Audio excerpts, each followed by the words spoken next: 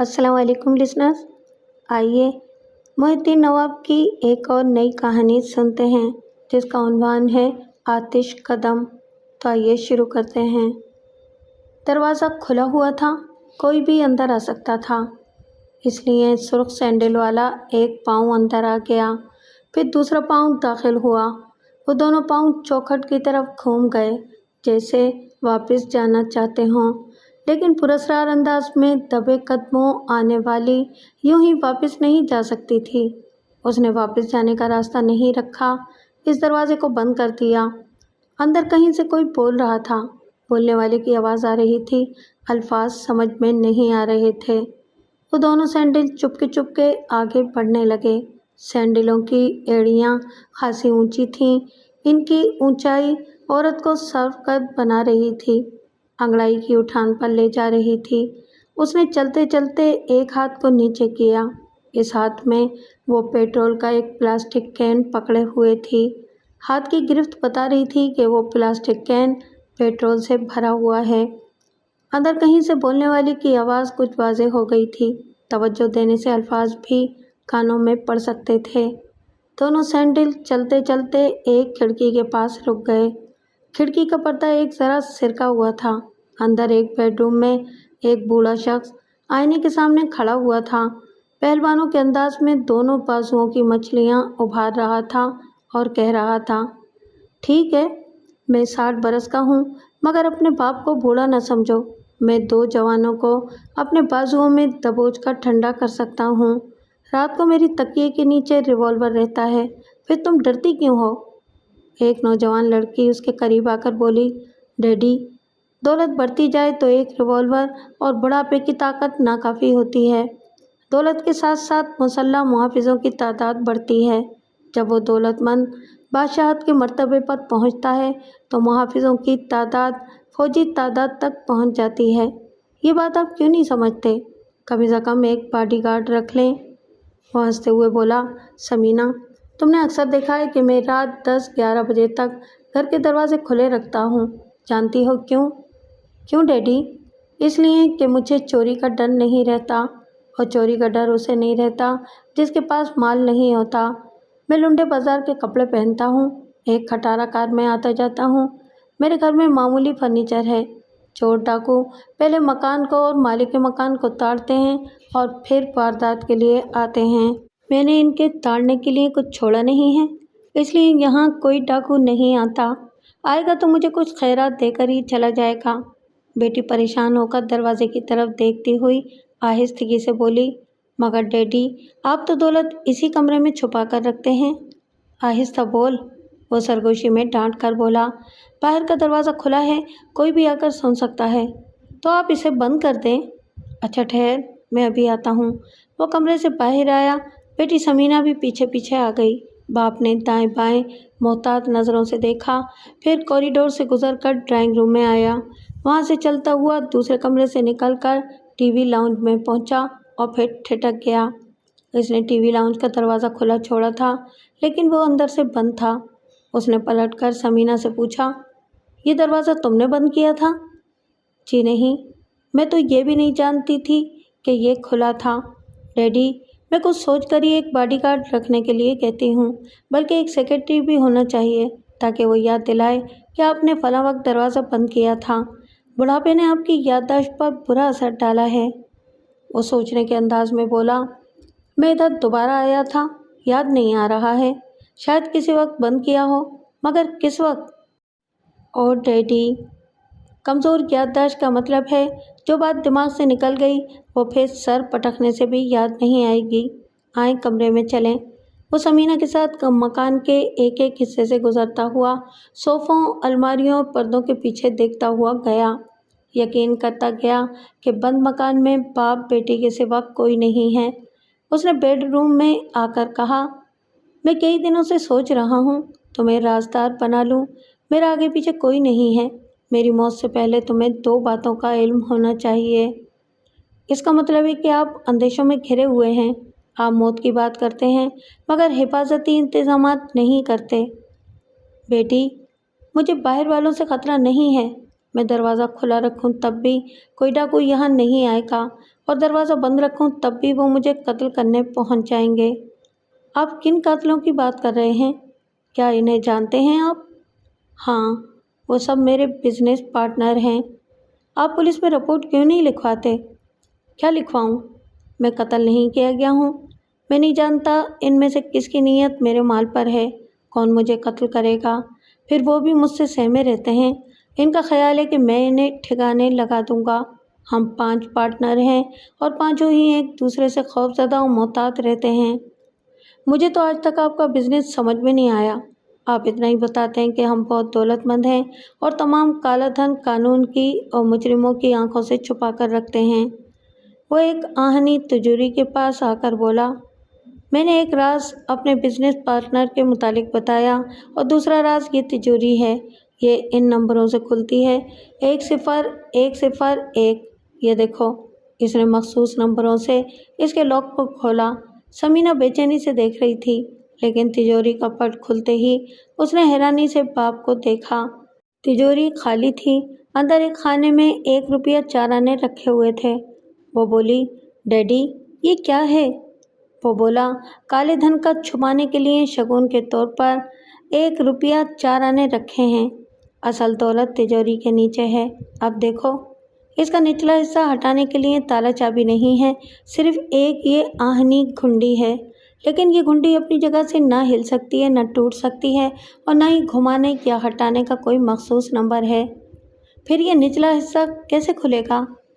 वो एक लाइटर निकाल कर जलाते हुए बोला, हरारत से। इसने लाइटर के नन्हे से शोले से आहनी घुंडी को आंच दी। चंद सेकंड तक हरारत मिलते ही घुंडी खुद ब खुद घूमने लगी। इसकी गर्दिश के साथ तिजोरी का निचला हिस्सा एक तरफ सिरकने लगा। बड़े बड़े नोटों की गड्डियाँ नजर आने लगीं। पता नहीं वो मोटी गड्डियाँ तिजोरी के निचले हिस्से में फर्श के नीचे कहाँ तक भरी हुई थीं। मगर कारून के खजाने का अंदाज़ा हो गया। वह हैरत और मुसरत से बोली, मैं सोच भी नहीं सकती थी कि आपने इतनी दौलत जमा की होगी। ये काला धन है, इसे हम जाहिर नहीं कर सकते, मगर दिल खोलकर खर्च कर सकते हैं। ये सब तुम्हारा है। डैडी, ये तवक्को से भी ज़्यादा है। आप बिजनेस की पार्टनरशिप छोड़ दें।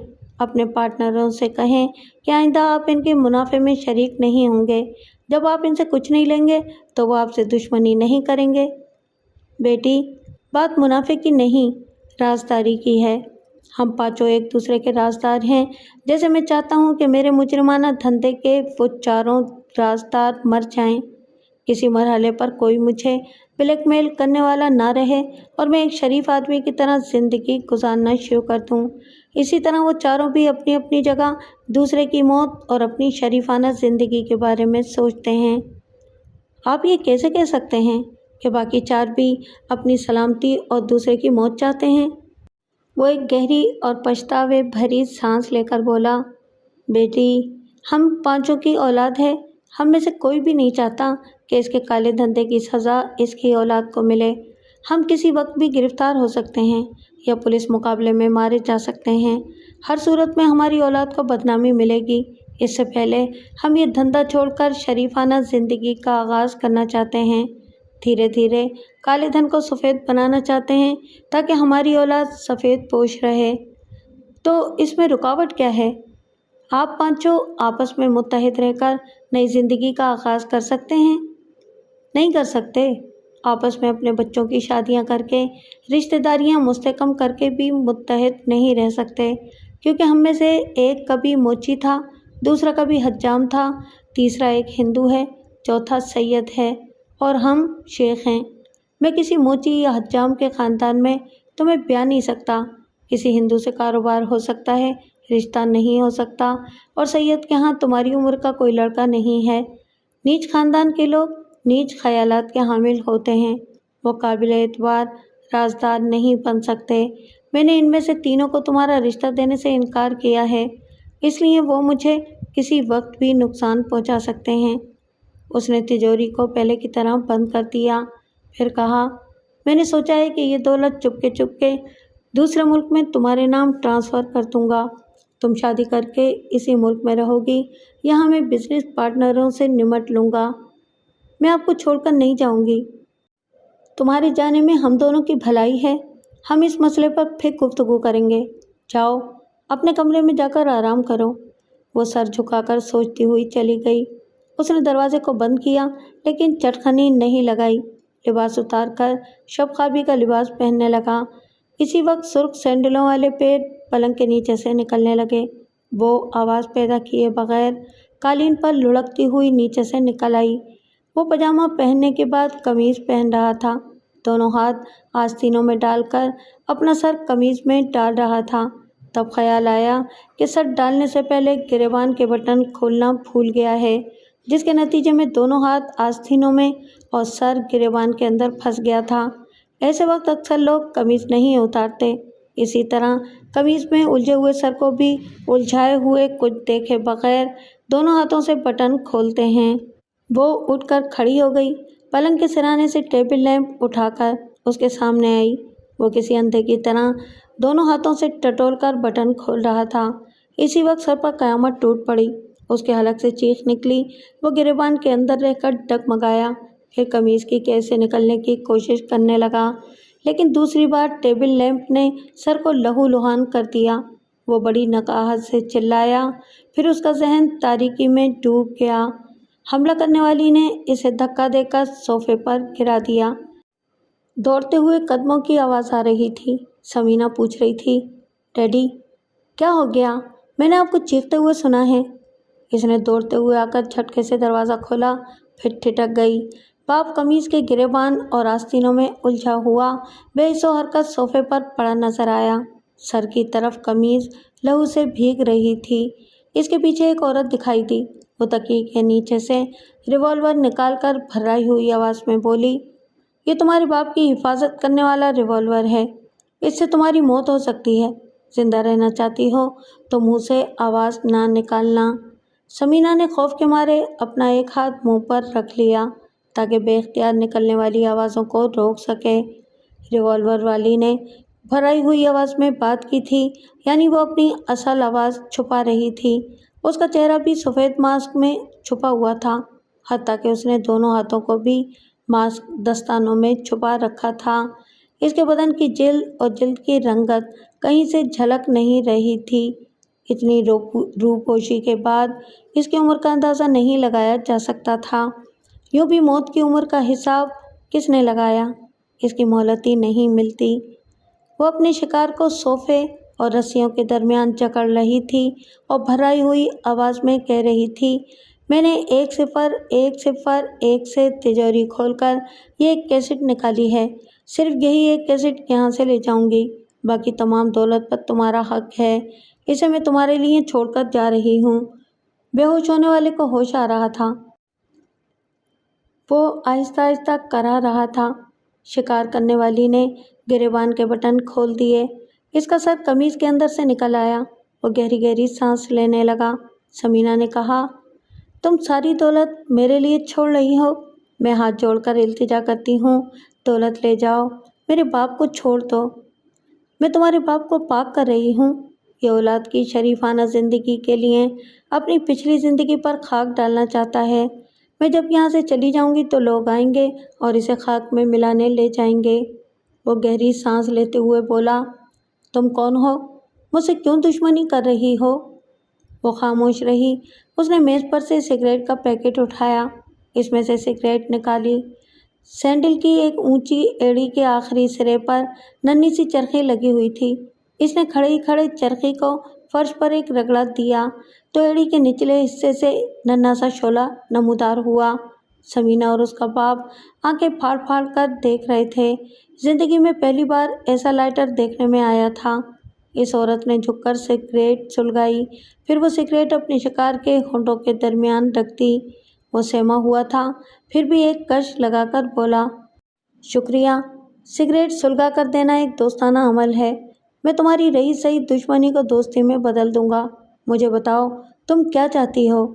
उसने पलंग के पास जाकर पेट्रोल से भरे हुए प्लास्टिक कैन को उठाया, इसका ढकना घुमाकर खोलने लगी। वो घबराकर बोला, ये क्या है? वो आराम से चलती हुई दरवाजे तक आई। कालीन वहाँ तक बिछा हुआ था। वो खुले हुए कैन से कालीन पर पेट्रोल डालते हुए शिकार की तरफ जाने लगी। शिकार समझ गया, सिगरेट सुलगाकर मुंह में देना दोस्ती नहीं, दुश्मनी थी। वो पेट्रोल इस पर आता तो फौरन ही सुलगते हुए सिगरेट से आग लग जाती। उसने घबराकर सोचा कि अब क्या करना चाहिए। अगर होंठों के दरमियान से सिगरेट गिराएगा तो वो इसके लिबास या कालीन पर गिरेगी, पेट्रोल वहाँ भी पहुँचेगा। इसके दोनों हाथ बंधे हुए थे, इसे बुझा नहीं सकता था। वो पेट्रोल डालती हुई करीब आ रही थी। अब बचाव का एक ही रास्ता था। वो जल्दी जल्दी सिगरेट को चबाते हुए मुंह के अंदर ले गया। आखिरी सिरे पर जलती हुई नन्ही सी आग को भी चबा डाला। वाह, आदमी मौत से बचने के लिए कैसी कैसी हरकतें कर गुजरता है। वो करीब आकर शिकार पर पेट्रोल डालने लगी। समीना रो रही थी और शिकार रस्सियों में बंधा हुआ तड़प रहा था, चीख चीख कर कह रहा था, बचाओ बचाओ, मुझे बचाओ, मेरे किसी बिजनेस पार्टनर ने इसे भेजा है, ये मुझे जलाकर मार डालेगी, बचाओ बचाओ। इसने कैन को एक तरफ फेंक दिया। समीना का बाजू पकड़कर खींचती हुई कमरे से बाहर आई, इसे दूर कॉरिडोर में धक्का देकर गिरा दिया। फिर दरवाजे पर से पलटकर शिकार को देखा। वो जहाँ खड़ी हुई थी वहीं से कालीन पेट्रोल में भीगता गया था। उसने खड़े ही खड़े एड़ी की चरखी को फर्श पर रगड़ा दिया। फौरन ही नन्हा सा शोला बरामद हो गया। शिकार हिज़ियानी अंदाज में चीखें मारने लगा, नहीं नहीं, मुझे न जलाओ, मुझे छोड़ दो, मेरी सारी दौलत ले लो। इस नन्हे शोले ने पेट्रोल से भरे हुए कालीन को छू लिया। एकदम से आग भड़क गई।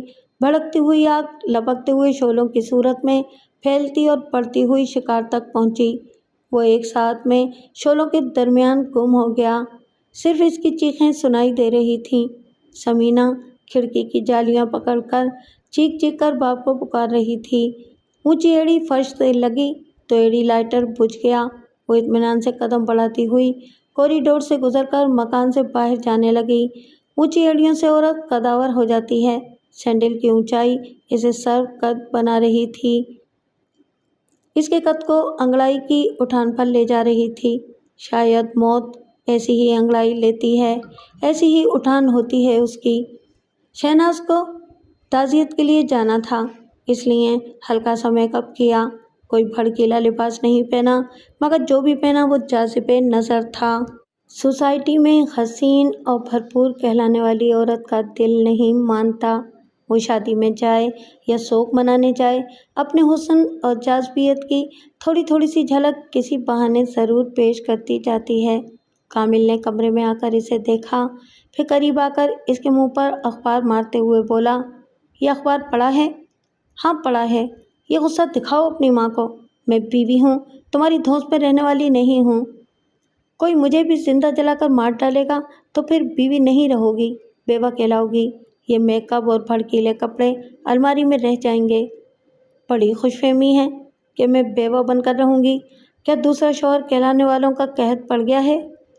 उसने नागवारी से शहनाज को देखा, फिर फ़ोन के पास आकर रिसीवर उठाकर नंबर डायल करते हुए बोला, अम्मी दुरुस्त कहती हैं, तुम्हारे दिल में सिर्फ मेरी दौलत के लिए जगह है। तुम मेरी मौत से पहले ही दूसरी शादी का ख्वाब देख रही हो। वो हेयर ब्रश को सिंगार मेज पर फेंकते हुए बोली, मैंने तुम्हारे जैसा बुज़दिल नहीं देखा। कभी कानून से डरते हो, कभी मौत से। माना कि तुम्हारे एक पार्टनर को किसी ने जिंदा जला दिया है, कोई ज़रूरी तो नहीं कि तुम्हें भी कोई कत्ल कर दे। फ़ोन पर राब्ता कायम हो गया। उसने कहा, हेलो, मैं कामिल बोल रहा हूँ, फ़ोन अपने मालिक को दो। चंद सेकंड के बाद आवाज़ आई, हेलो कामिल, सलामत अली बोल रहा हूँ, क्या तुमने आज का अखबार पढ़ लिया है? जी हाँ, सबसे पहले आप ही से बात कर रहा हूँ। शेख जी जवाद हमारा बेहतरीन पार्टनर था। अखबारी इतला के मुताबिक किसी ने बड़ी संगदिली से इस पर पेट्रोल छिड़क कर आग लगा दी। ऐसे वक्त आपकी बात याद आ रही है। सलामत अली ने कहा, हाँ मैंने कहा था, अगर हम नेक नियति और सच्चाई से मुत्तहिद नहीं रहेंगे तो एक एक करके मारे जाएंगे। मैं सोच भी नहीं सकता था मेरी पेशीन गोई इतनी जल्दी दुरुस्त साबित होगी।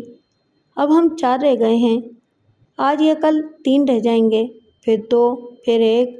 वो जो एक बचेगा वो खुश नसीब होगा, क्योंकि इसे मारने वाला कोई नहीं रहेगा। क्या आप फिर पेशगोई करेंगे कि दूसरा नंबर किसका है? बरखुरदार, तुम मुझ पर शुबा कर रहे हो? क्या नहीं करना चाहिए? तुम से पहले हमारे एक और पार्टनर धनीराम का फ़ोन आया था। वो भी मुझ पर शुबा कर रहा था, क्योंकि मैंने इससे भी यही बात कही थी कि अगर हम मुत्तहिद ना रहे तो मारे जाएंगे। और ये बात मैं अपने हर पार्टनर से कह चुका हूँ। अगर मेरी नीयत में खोट होता तो मैं पेशीन गोई न करता, खामोशी से वारदात करता चला जाता। बाय द वे, मैं अपने बारे में ज़्यादा सफाई पेश नहीं करूँगा। मैं सांच हूँ, मुझ पर आँच नहीं आएगी। खुदा हाफिज़। दूसरी तरफ सलामत अली ने रिसीवर रख दिया। शहनाज ने पूछा, किससे बात कर रहे थे? सैयद सलामत अली से। तुम ये बन संवर कर कहाँ जा रही हो? क्या इसे बनना संवरना कहते हैं? मैं शेख जवाद की बेटी के पास जा रही हूँ। क्या पुरसे में जाने के लिए मेकअप करूँगी? कुदरत ने मुझे ऐसा हुस्न और दिलकशी दी है कि मर्द तो मर्द, औरतें भी मुझे मेकअप में समझती हैं। शहनाज बेगम, मैं शौहर हूँ। तुम्हें सुबह सवेरे ही मेकअप के बगैर देख चुका हूँ। श्रृंगार से पहले और श्रृंगार के बाद वाली बीवी को खूब पहचानता हूँ। कम से कम मेरे सामने डेंगे न मारा करो। वो भड़क कर बोली, तुमने क्या देखा है? क्या मेकअप के बगैर मैं चुड़ैल दिखाई देती हूँ? तुम मर्दों के लिए तो घर की मुर्गी दाल बराबर होती है। मैं खूब समझती हूँ। तुम्हारी माँ मुझसे जलती है, तुम्हें मेरे खिलाफ भड़काती रहती है, मेरी छुट्टी करके दूसरी बहू लाना चाहती है। वो अपनी पेशानी पर हाथ मार कर बोला, फॉर गॉड सेक, हर बात में मेरी अम्मी को ना घसीटा करो। जब वो सामने होती हैं तो इनके रोब और दबदबे के सामने तुम्हारी ज़बान बंद हो जाती है। तुम तो हो ही थाली के बैंगन। कभी मेरी तरफ आते हो, कभी माँ की तरफ लुढ़क जाते हो। ज़रा गौर करो, मैं तुम्हारी इज्जत, शोहरत और दौलत को कायम रखने के लिए कैसी कैसी कोशिशें करती रहती हूँ, मगर तुम माँ की वकालत करते रहते हो। शहनाज, ठंडे दिमाग से सोचो, अम्मी कितनी दूर अंदेश हैं। वो हमेशा से कहती आ रही हैं कि मुझे काला धंधा छोड़ देना चाहिए। कानून से खेलने वाले एक न एक दिन गिरफ्त में आ जाते हैं, फिर बरसों की इज्जत खाक में मिल जाती है। इज्जत? ये क्यों भूल जाते हो कि तुम्हारे बाप दादा मोची थे, सड़क के किनारे जूते काटा करते थे, फटी पुरानी चप्पलें सिलाई किया करते थे। अगर तुम्हारे अब्बू इस धनीराम और सलामत अली की बात ना मानते, जूतों और सैंडलों के बॉटम में चर्च भरने पर आमादा ना होते, तो आज भी छोटी जात के मोची कहलाते। अब हम मोची नहीं, शूज़ फैक्ट्री के मालिक हैं। जब तक दौलत बढ़ती रहेगी, हमें ये बाटा कंपनी के मालकान को कोई मोची नहीं कहेगा।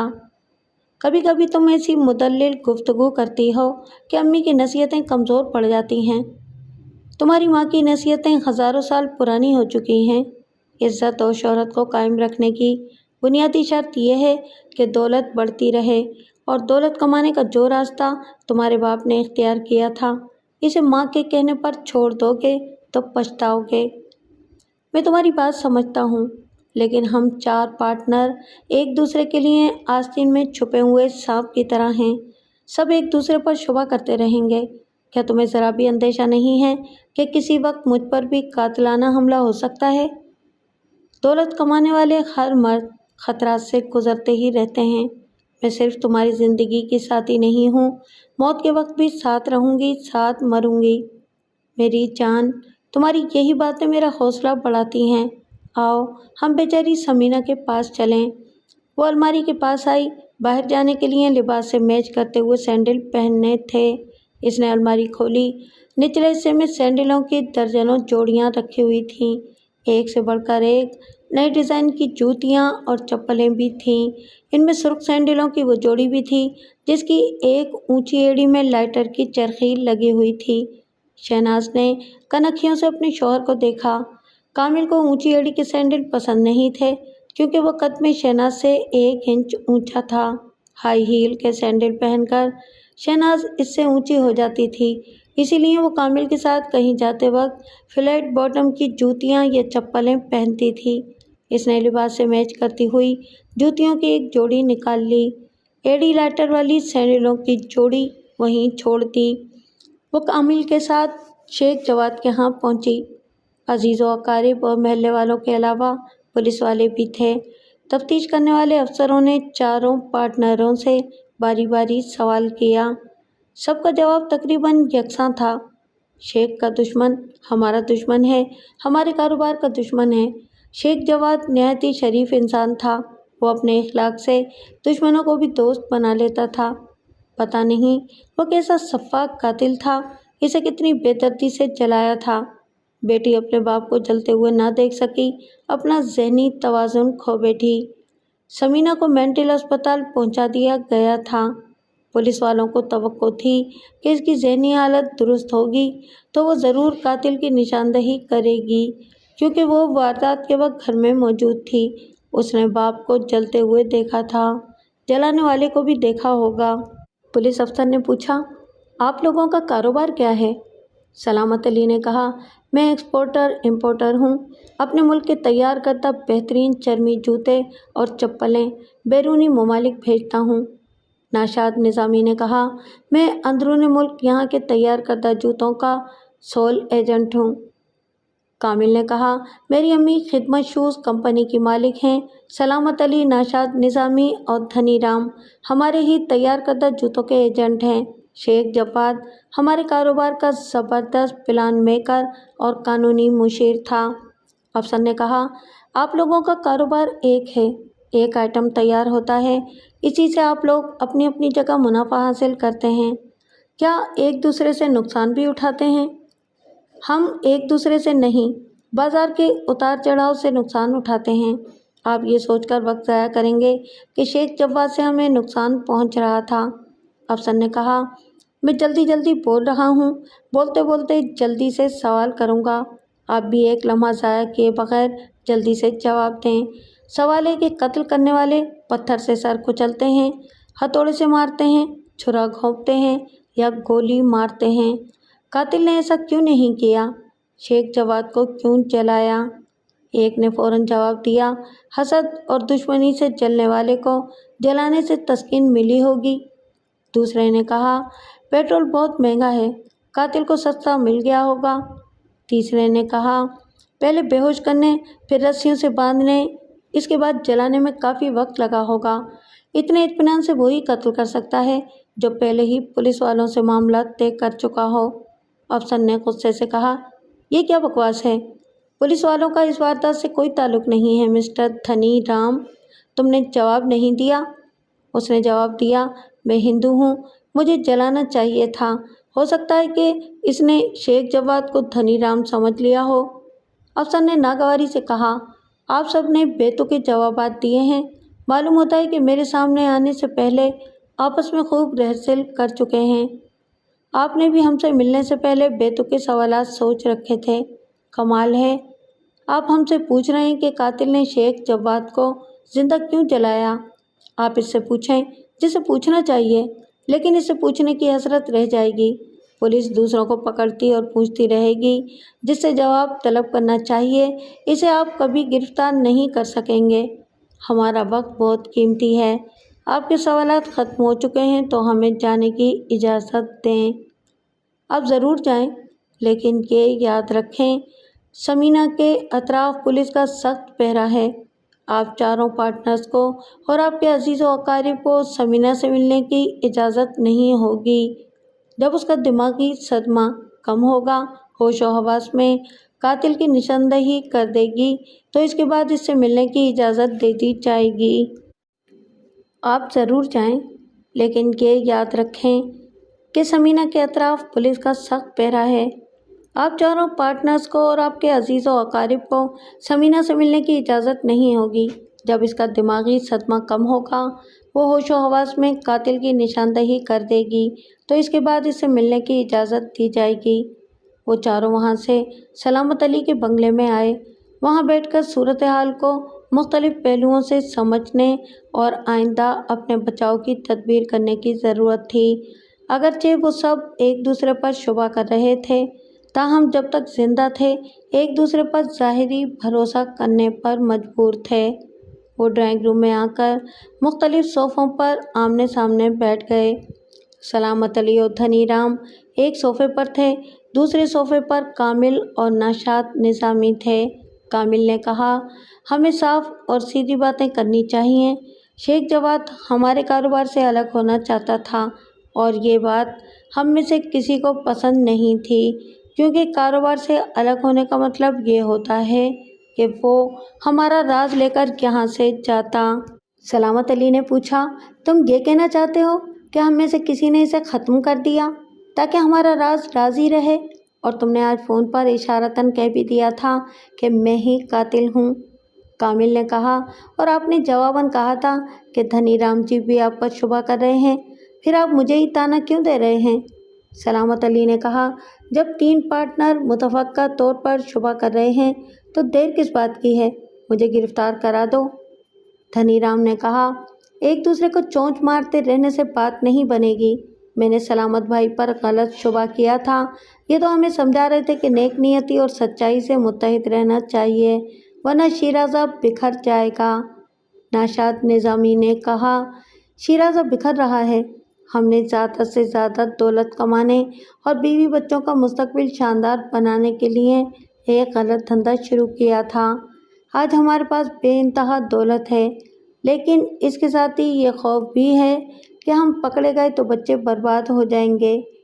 हमारी तुम्हारी लड़कियां ब्याह कर आला ख़ानदानों में जाएंगी या लड़के ऊंचे घराने की बहुएं लाएंगे, और जब हमारा राज फाश होगा तो बेटियां ससुराल से धक्के खाकर निकलेंगी। बहुओं का ख़ानदान हम पर थूकेगा। बेटे हमसे नफ़रत करेंगे। ये नहीं सोचेंगे कि ये धंधा हमने इन्हें ही दौलतमंद बनाने के लिए किया था। धनीराम ने पूछा, यानी तुम ये धंधा छोड़ना चाहते हो? नाशाद ने जवाब दिया, ये बात सिर्फ मैं नहीं कह रहा हूँ, सलामत अली साहब भी मेरी तरह फ़िक्रमंद हैं। कामिल भी यही कहता है। तुम सब ऐसे वक्त कह रहे हो जब हमारा मुनाफा 100 गुना बढ़ गया है। 5 वर्ष पहले हम चर्च सप्लाई करते थे, इसकी जगह हीरोइन ने ले ली तो हम देखते ही देखते करोड़पति बन गए हैं। ये धंधा और 2-4 साल चलता रहा तो अरबपति हो जाएंगे। कामिल की अम्मी बॉटम में माल भर कर देती हैं। नाशाद, तुम वो माल अंदरूनी मुल्क एक जगह से दूसरी जगह पहुंचाते हो। तुम दोनों के लिए ये घर की बात है। ख़तरा से तो मैं खेलता हूँ, सलामत अली खेलते हैं।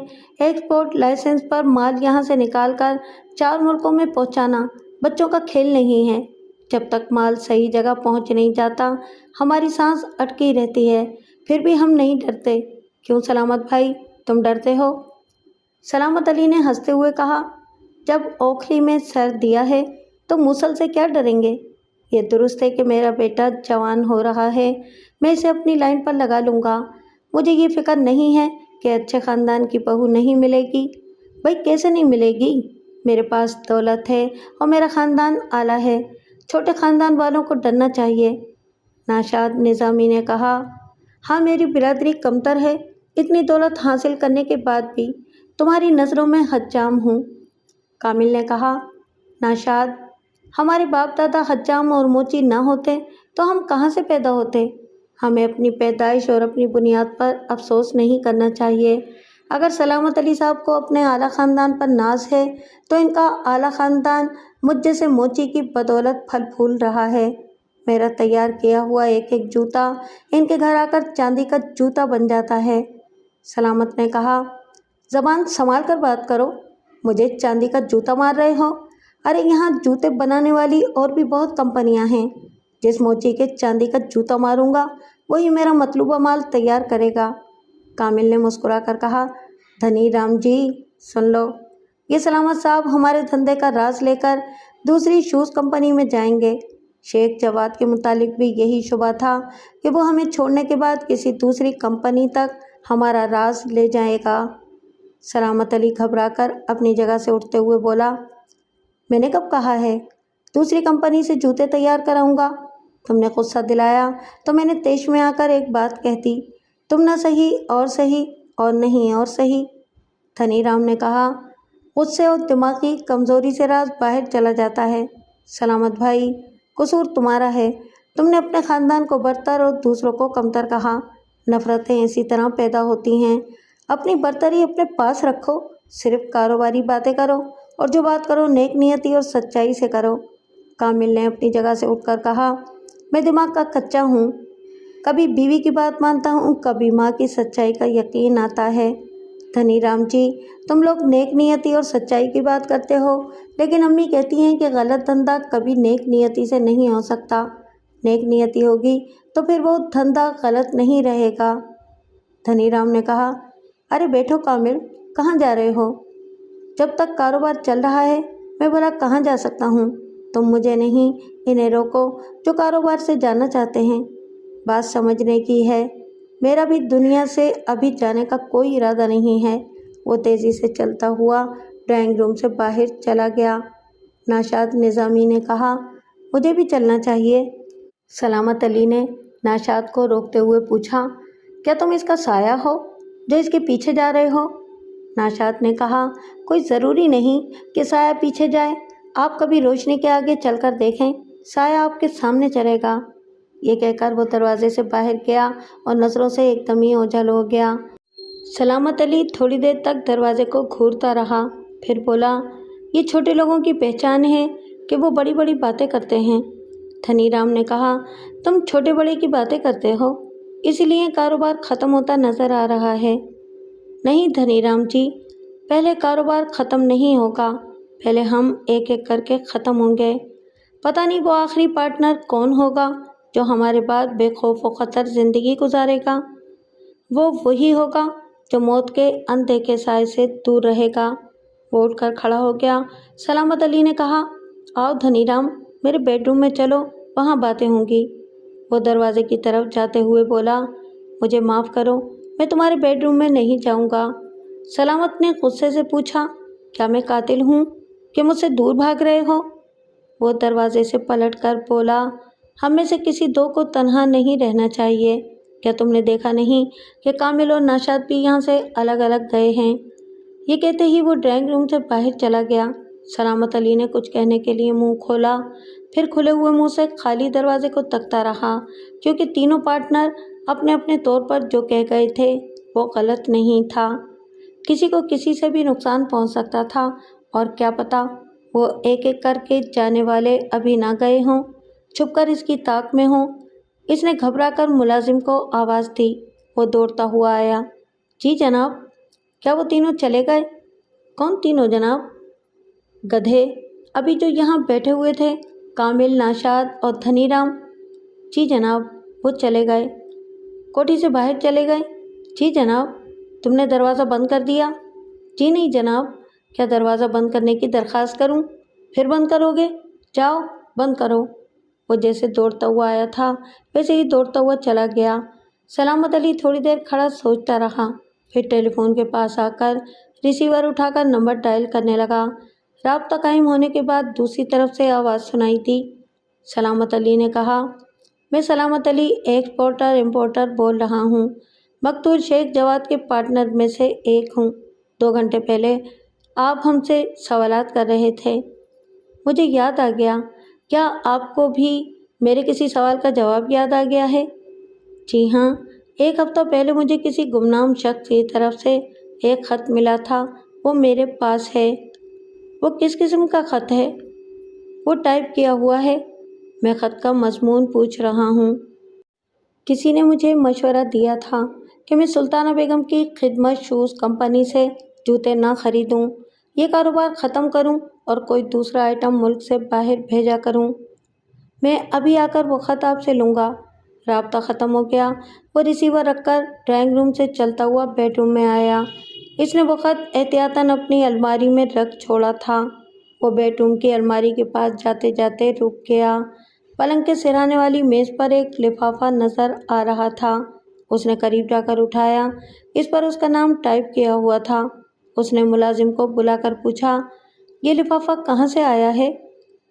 जनाब, सुबह आपके जाने के बाद एक खातून आई थी, आपको पूछ रही थी, फिर उन्होंने ये लिफाफा आपके लिए दिया। आप बहुत मसरूफ़ थे, इसलिए मैं लिफाफे के बारे में कुछ बता न सका।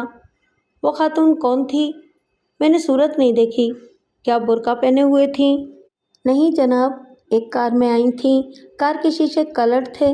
ख़त वाली मोहतरमा नज़र नहीं आ रही थी। उन्होंने शीशा थोड़ा सा नीचे करके ऊपर से ये लिफाफा दिया था। तुमने नाम पता कुछ तो पूछा होगा? जी जनाब, उन्होंने कहा, लिफाफे के अंदर नाम पता लिखा हुआ है। अच्छा, जाओ। वो चला गया। उसने लिफाफे में से तय किया हुआ कागज़ निकाला। इसे खोल कर देखा। वो भी टाइप किया हुआ था। किसी ने लिखा था, मिस्टर, यकीन करो अपना कारोबार ख़त्म करोगे तो कोई किसी का राज जाहिर नहीं करेगा। तुम सबकी सलामती इसी में है।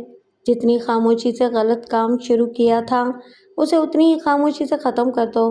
तुम्हें पहले भी एक ख़त के ज़रिए समझाया गया है। समझ लो, जितनी जल्दी हो सके समझ लो, वरना आज एक को कब्रिस्तान पहुंचाने 4 पार्टनर गए थे, जल्दी दूसरे को पहुंचाने 3 जाएंगे। इसने ख़त को दूसरी तीसरी बार पढ़ा। ऐसे दोनों खतूत में किसी का नाम और पता नहीं था। जो भी मशवरा दे रहा था नेकी से दे रहा था। नेकी करने वाला डंके की चोट पर अपना नाम बता सकता था, सामने आकर भी अच्छे बुरे की तमीज़ सिखा सकता था। लेकिन दूसरे ख़त के आखिरी अल्फाज बता रहे थे कि वो नेक नहीं, ख़तरनाक है। किसी दूसरे पार्टनर की मौत की पेशीन गोई कर रहा है और वो पार्टनर वही है जिसे ये ख़त भेजा गया है। वो तेज़ी से चलता हुआ टेलीफोन के पास आया। पहले कामिल के नंबर डायल किए, फिर नाशाद निज़ामी से रब्ता कायम किया, इसके बाद धनीराम को फ़ोन किया, मगर तीनों में से कोई अभी घर नहीं पहुंचा था। इसने मुलाजिम से पूछा, इस औरत ने कलट शीशे के अंदर से ख़त देने के लिए अपना हाथ निकाला होगा? जनाब, हाथ नहीं, सिर्फ 2 उंगलियां नजर आई थीं। उंगलियां गोरी थीं, काली थीं या सांवली? उंगलियों से उम्र का भी अंदाज़ा हो सकता है। जनाब, उसने दस्ताने पहने हुए थे। सलामत अली झुंझुला गया, फिर बोला, तुमने कार का रंग देखा होगा? जी जनाब, वो सफ़ेद रंग की थी। जब कोई नाम और पता ना बताए तो अकल से काम लेकर इसकी गाड़ी का नंबर नोट कर लिया करो। बेहतर जनाब, आइंदा यही करूँगा। यहाँ पुलिस इंस्पेक्टर आए तो इससे ख़त का और इस खातून का जिक्र ना करना। अब जाओ। वो चला गया। सलामत अली ये दूसरा ख़त इंस्पेक्टर को दिखाना नहीं चाहता था, क्योंकि इस ख़त में गलत धंधे का जिक्र था। इसने रिसीवर उठाकर फिर नंबर डायल किए। राब्ता कायम होने पर कामिल की आवाज़ सुनाई दी। सलामत अली ने पूछा, क्या तुम्हें किसी पुरस्कार औरत ने कभी कोई ख़त दिया है? ज़रा होल्ड रखो, मैं अभी पूछता हूँ। दूसरी तरफ कामिल ने अपना रिसीवर मेज़ पर रखा। बीवी को आवाज़ दी, शहनाज, शहनाज। फिर याद आया वो शॉपिंग के लिए गई है। उसने बेडरूम से निकलकर एक मुलाजिम से पूछा, आज कोई मुझसे मिलने आया था या कोई ख़त दे गया है? मुलाजिम ने कहा, नहीं साहब, वैसे मैं बाहर चौकीदार और माली से पूछ कर आता हूँ। मुलाजिम पूछने गया। कामिल ड्राइंग रूम में आया। इसकी अम्मी सुल्ताना बेगम बालकोनी के पास एक झूले में बैठी हुई थीं। पिछले दौर की जागीरदारनी का अंदाज था।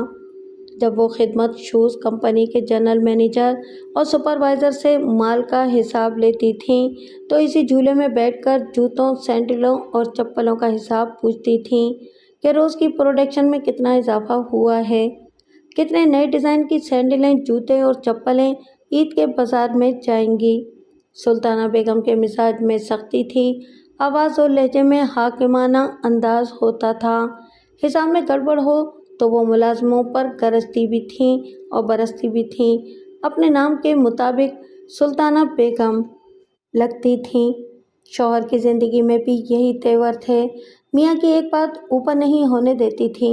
उन्होंने किसी के सामने झुकना नहीं सीखा था, लेकिन अकलौते बेटे ने अपनी पसंद की शादी करके इनके गुरूर को ठेस पहुंचाई थी। इनका अपना ख्याल था कि वो मगरूर नहीं हैं। बहू को पसंद न करने का मतलब ये नहीं होता कि सास नक चढ़ी है। कभी सास की नज़र से भी देखना चाहिए कि बहू कितनी बेलगाम, लालची और खुदगर्ज है। कामिल ने इनके पास आकर झूले में बैठते हुए पूछा, आप कुछ परेशान नज़र आ रही हैं, क्या शहनाज ने कुछ कहा है? बेटे, जब तक ये शूज़ कंपनी मेरे नाम पर है, बहू लड़ने की हिमाकत नहीं करेगी। तुम्हें ही उल्लू बनाती रहेगी। मेरा क्या है, खुद भुगतोगे। तो मुझे परेशान नहीं देख सकते। ये देखो, मेरी परेशानी की वजह ये ख़त है। वो चौंक कर बोला, कैसा ख़त? 1 घंटा पहले बाहर से आई तो ये चौकीदार ने मुझे दिया था। कह रहा था कोई औरत कार में आई थी, अपना नाम पता नहीं बताया, ये ख़त देकर चली गई। चौकीदार ने इस औरत को देखा होगा। वो कलर्ड शीशे के पीछे थी। शीशे को ज़रा नीचे करके ये ख़त दिया और फिर चली गई। मैंने इसे खोलकर पढ़ा है, ज़रा तुम भी पढ़ लो। मैं 1000 बार समझा चुकी हूँ, गलत काम बहुत हो चुका, इसे बंद कर दो। हमारी शूज़ कंपनी का बहुत नाम है, हमारे माल की क्वालिटी भी बेहतर होती है, गलत काम किए बगैर भी कारोबार में मुनाफा रहेगा।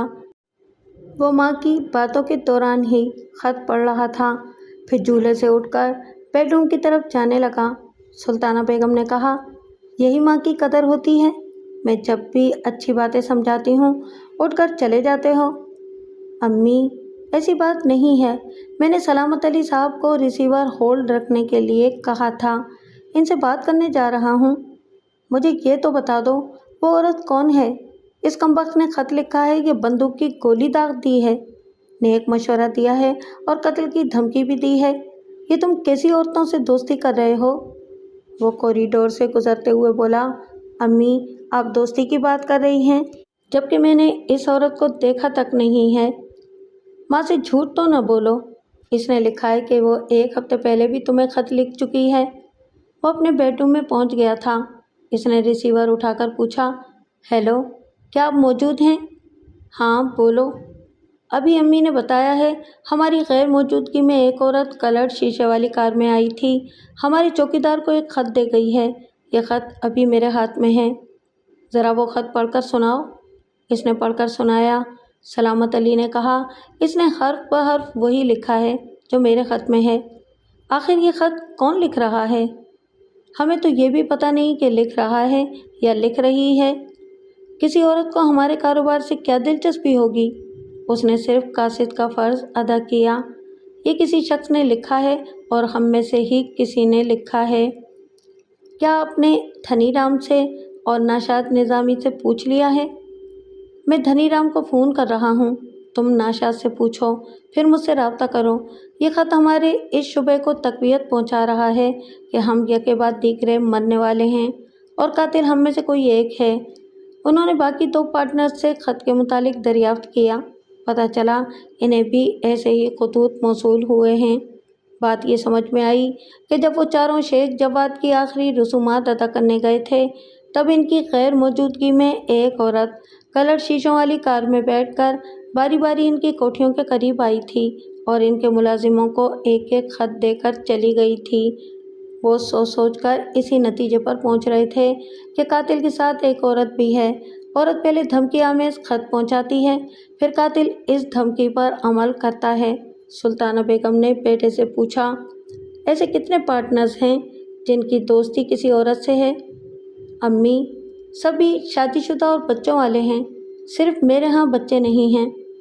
और वो तुम्हारी चहीती कभी बच्चे पैदा करेगी भी नहीं। इसे अपने हुस्न की पड़ी रहती है, हमेशा जवान छोकरी बनकर रहना चाहती है। आप खामखा उसके पीछे पड़ जाती हैं।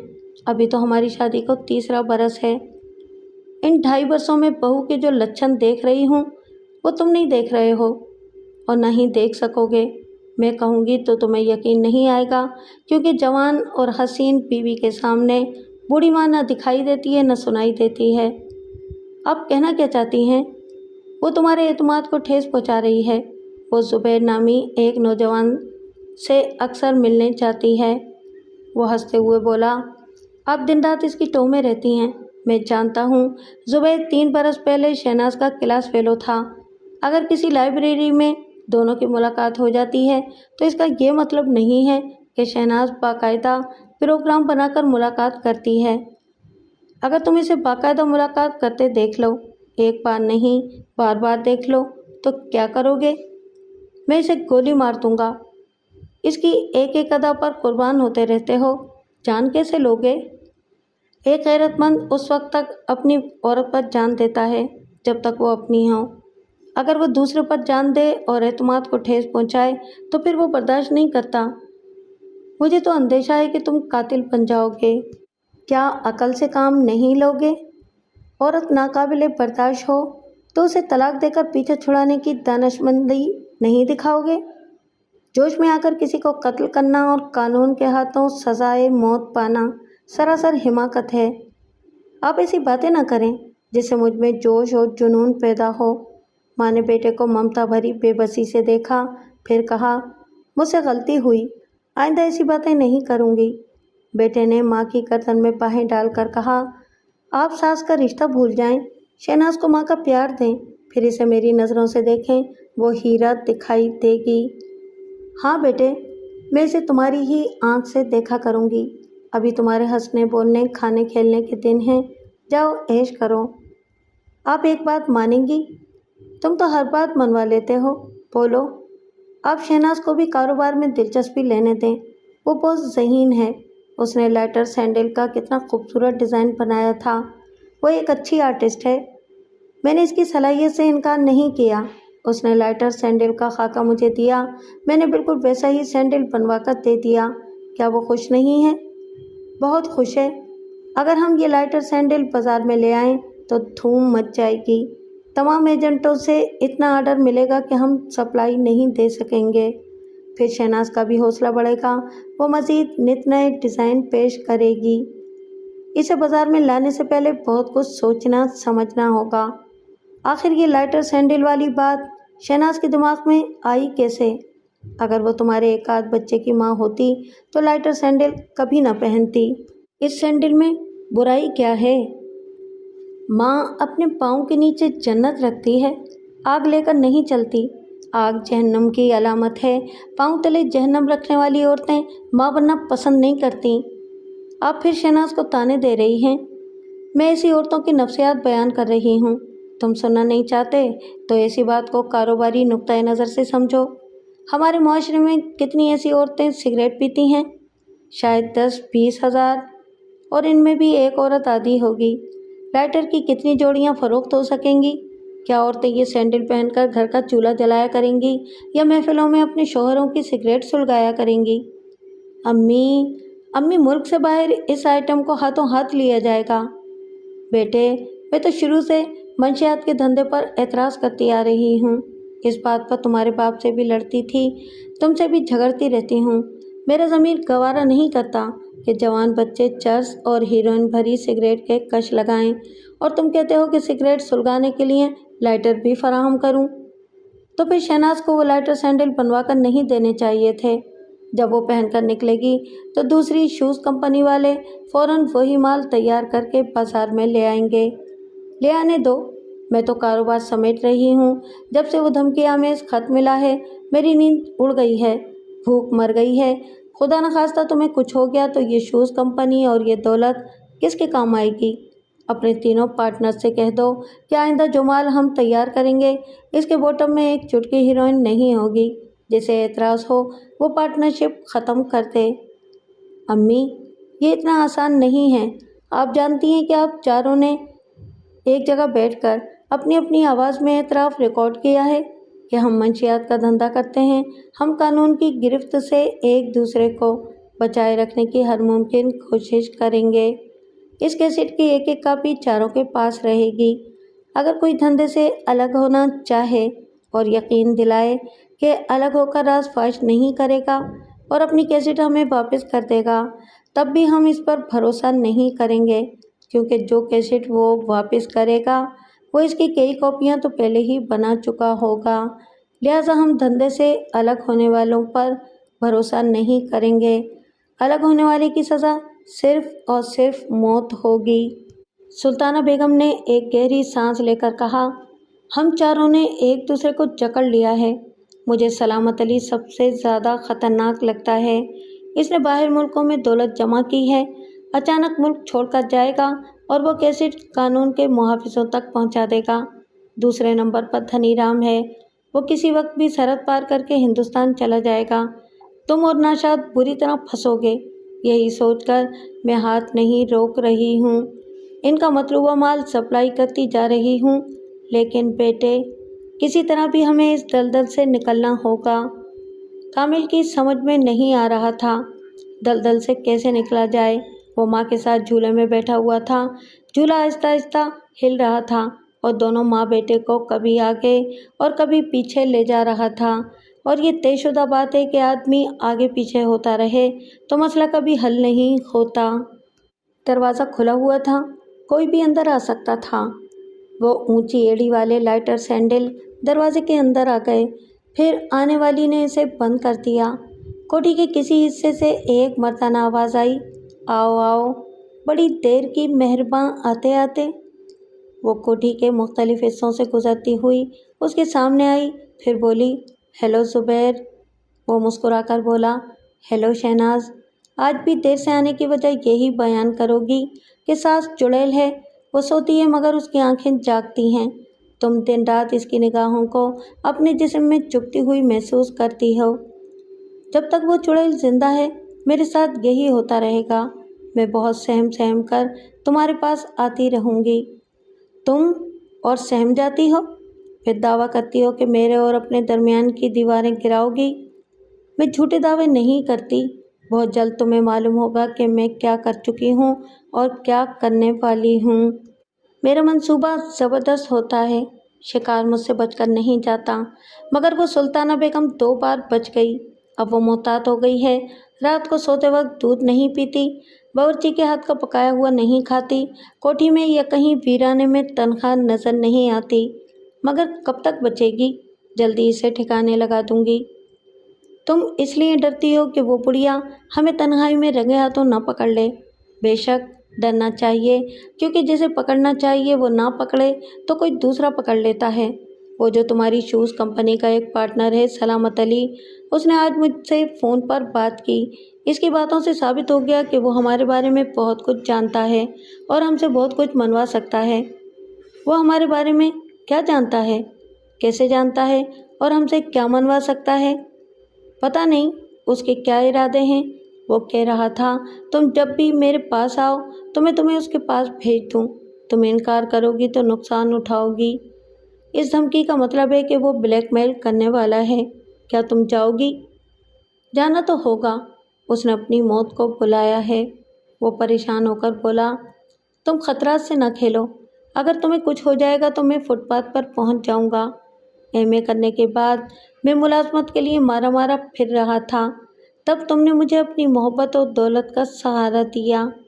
ये इतनी बड़ी कोठी, कीमती कार और बैंक बैलेंस सब तुम्हारा दिया हुआ है। कोठी और कार तुम्हारे नाम है। खुदा न खास्ता तुम ना रही तो ये सब कुछ मुझसे छिन जाएगा। मुझे कुछ नहीं होगा। आओ ज़रा सलामत अली का इरादा पूछ लें। क्या मुझे भी साथ ले जाओगी? तुम मर्द होकर डर रहे हो?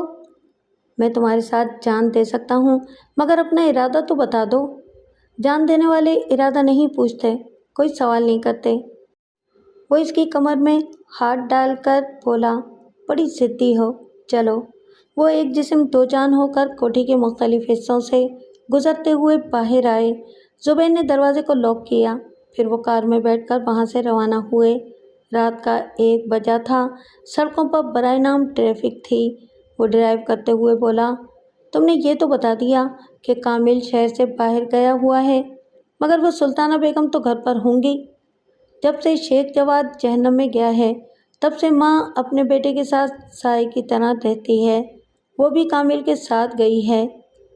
यानी आज सुबह तक ये रात हमारी है? बिल्कुल हमारी है। मगर ये सलामत अली कबाब में हड्डी बन गया है। पता नहीं इसके साथ कितना वक्त ज़ाया होगा।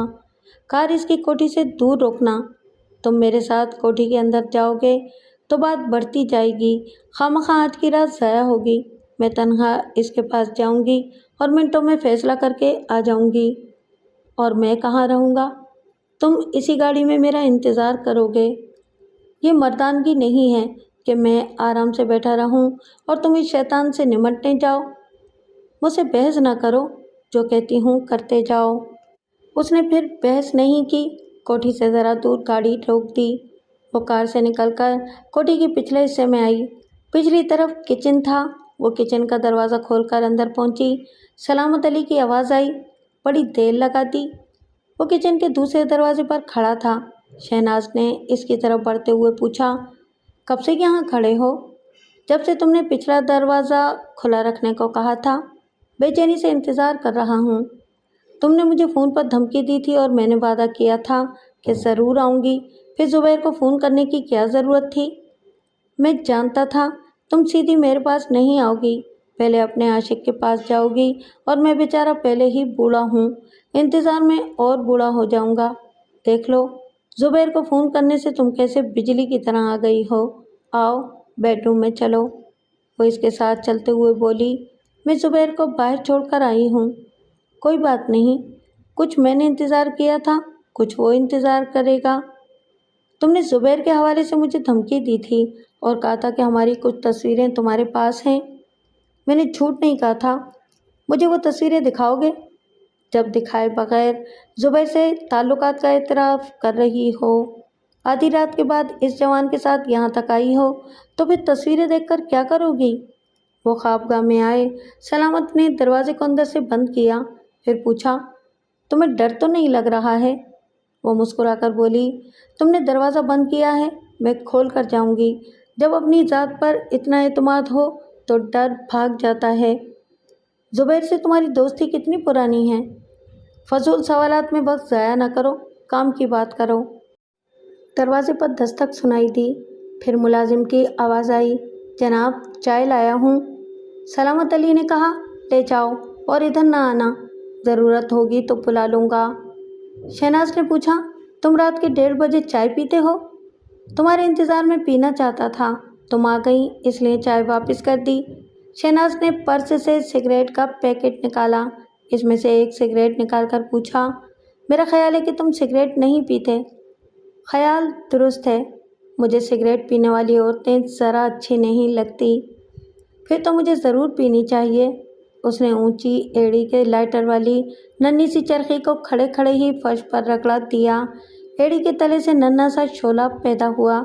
इसने झुककर सिगरेट को आंख दिखाई, इसका एक कश लगाया, फिर एड़ी फर्श पर रख दी।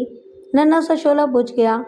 सलामत ने कहा, बिल्कुल नए डिज़ाइन की सैंडल है, तुम्हारी सास से कहूँगा कि ये माल एक्सपोर्ट के लिए तैयार करे। प्लीज़ मिस्टर सलामत, काम की बात करो, मेरे खिलाफ जो सबूत हैं वो दिखाओ और मकसद बयान करो। बीबी, तुम बेहद हसीन हो, काश मैं जवान होता। मैं अपनी मौजूदा उम्र में ज़्यादा से ज़्यादा जीने की आरज़ू करता हूँ और ये इसी वक्त मुमकिन है जब मेरे बाकी 3 पार्टनर ख़त्म हो जाएं। इस सिलसिले में तुम मेरे काम आ सकती हो। वो कैसे?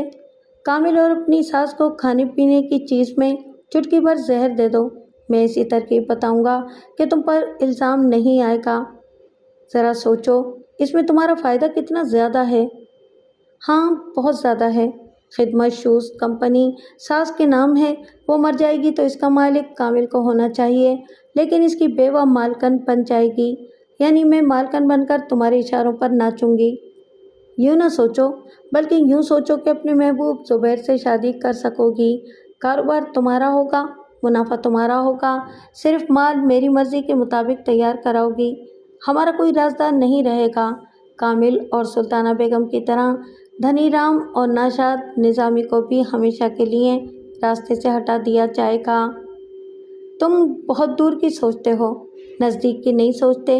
मैं तुम्हारे इतने करीब हूँ और तुमने अब तक मौत की आहट नहीं सुनी। उसने सिगरेट का कश लगाकर इसे एक तरफ फेंक दिया, फिर पर्स में हाथ डालकर पिस्तौल निकाल लिया। वो घबराकर बोला, अरे ये क्या मजाक है? मैं तुम्हारे फ़ायदे की बात कर रहा हूँ और तुम पिस्तौल दिखा रही हो। मेरा फ़ायदा चाहते हो तो तस्वीरों के अलावा जो सबूत हैं वो अभी निकालो। चलो, बातें बनाने में वक्त ज़ाया ना करो। वो अलमारी की तरफ बढ़ते हुए बोला, तस्वीरें यहाँ रखी हुई हैं। ठीक है, अलमारी खोलो, मगर ज़रा भी चालाकी दिखाना चाहोगे तो फिर गोली चल जाएगी। वो अलमारी के पास आया और फिर उसके पट खोलकर देखा। अंदर एक स्विच बोर्ड रखा हुआ था, उसका तार अलमारी के पीछे से आया था। इसने हाथ बढ़ाकर स्विच ऑफ कर दिया। पूरे कमरे में और कोठी में अचानक तारीकी छा गई। शहनाज ने ठाइन से गोली चला दी। इससे पहले ही वो उछलकर अलमारी के पीछे चला गया था। थोड़ी देर तक गहरी खामोशी रही, फिर दस्तक के साथ मुलाजिम की आवाज़ सुनाई दी। जनाब, अभी गोली चलने की आवाज़ आई थी, आप खैरियत से तो हैं? दरवाज़ा खोलिए।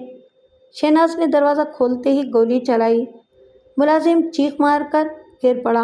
दूसरी तरफ सलामत अली की चीख सुनाई दी, फिर खामोश हो गया। शहनाज ने कहा, सलामत, मुझसे मक्कारी नहीं चलेगी। वो तस्वीरें मेरे हवाले कर दो और ज़िंदा रहो। उल्लू की पट्टी मेरे सर पर हथौड़ा मारकर लहूलुहान कर दिया और कहती है कि ज़िंदा रहो। अब मैंने भी अपना रिवॉल्वर निकाल लिया है।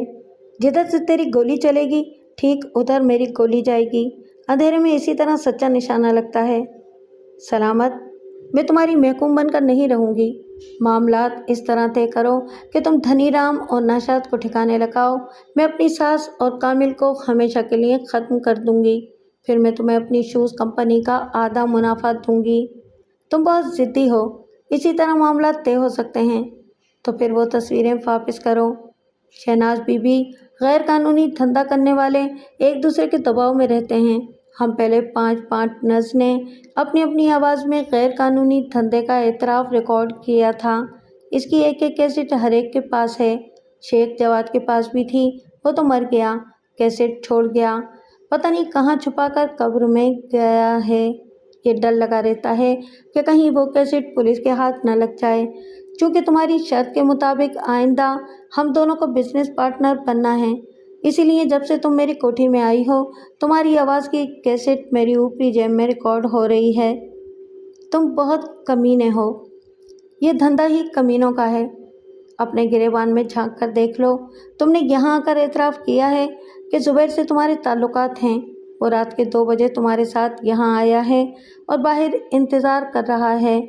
तुम पूरे होशो हवास में रहकर मुझसे मामला तय कर रही हो कि तुम अपनी सास और कामिल को हमेशा के लिए ख़त्म करके अपनी शूज़ कंपनी का आधा मुनाफा मुझे दिया करोगी। तुम्हारी ये सारी एतराफ़ी गुफ्तगू रिकॉर्ड हो चुकी है और इस तारीकी में हमारे दरमियान रिवॉल्वर और पिस्तौल की जो जंग जारी है, वो भी इस रिकॉर्डिंग के ज़रिए समझने वालों की समझ में आएगी। लगे हाथों ये भी एतराफ़ कर लो कि शेख जवाद को तुमने ही कत्ल किया था। बात ख़त्म होते ही सर पर क़यामत टूट पड़ी। कोई वज़नी चीज़ मारी गई थी। वो चीख मारकर खामोश हो गया। शहनाज ने चौंक कर पूछा, क्या बात है? ओह गॉड, मैंने पहले भी ऐसी आवाज़ सुनी थी, जैसे कोई चीज़ टकराई हो या पटकी गई हो। मैंने तुम्हारी इस बात पर ध्यान नहीं दिया था कि तुम्हारे सर पर हथौड़ा मारकर किसी ने तुम्हें लहूलुहान किया है। जवाब दो, तुमने दूसरी बार क्यों चीख मारी? इसकी तरफ से जवाब नहीं मिल रहा था। फिर वो सूंघते हुए बोली, ये पेट्रोल की बू कैसी है? सलामत, क्या तुम खामोशी से कोई चाल चल रहे हो? इसे जवाब नहीं मिल रहा था। इसकी समझ में नहीं आ रहा था कि ऐसे वक्त क्या करना चाहिए। वो मैदान छोड़कर भाग नहीं सकती थी, क्योंकि इसकी आवाज़ की कैसेट सलामत की जेब में रखी हुई थी और अंधेरे में वो करीब जाकर किसी खतरे से दो चार होना नहीं चाहती थी। फिर बड़ी देर बाद इसे अक़ल आई कि लाइटर तो पाँव के नीचे है, इसे सुलगाकर कमरे में रोशनी कर सकती है। वो रास्ता टटोलकर एहतियातन एक सोफ़े के पीछे गई, फिर एड़ी की नन्ही सी चरखी को फर्श पर रगड़ा दिया। इसके साथ ही नन्हा सा शोला नमूदार हुआ। कमरे में महदूद रोशनी हो गई। रोशनी खा कितनी ही मुख्तसर हो, गहरी तारीकी दूर तक छट जाती है। ज़रा दूर सलामत फर्श पर पड़ा हुआ था। इसका चेहरा खून में भीगा हुआ था, लिबास भी जैसे पानी में भीगा हुआ लग रहा था, लेकिन पेट्रोल की बू आ रही थी। वो पंजों के बल एक कदम आगे बढ़ी ताकि एड़ी लाइटर बुझने न पाए। इसे इतनी अकल थी कि लाइटर की आग लेकर सलामत के करीब नहीं जाना चाहिए। उसने सोचा था, एक कदम और आगे जाएगी, फिर लाइटर बुझाकर तारीकी में इसकी जेब से पॉकेट कैसेट रिकॉर्डर निकाल लेगी।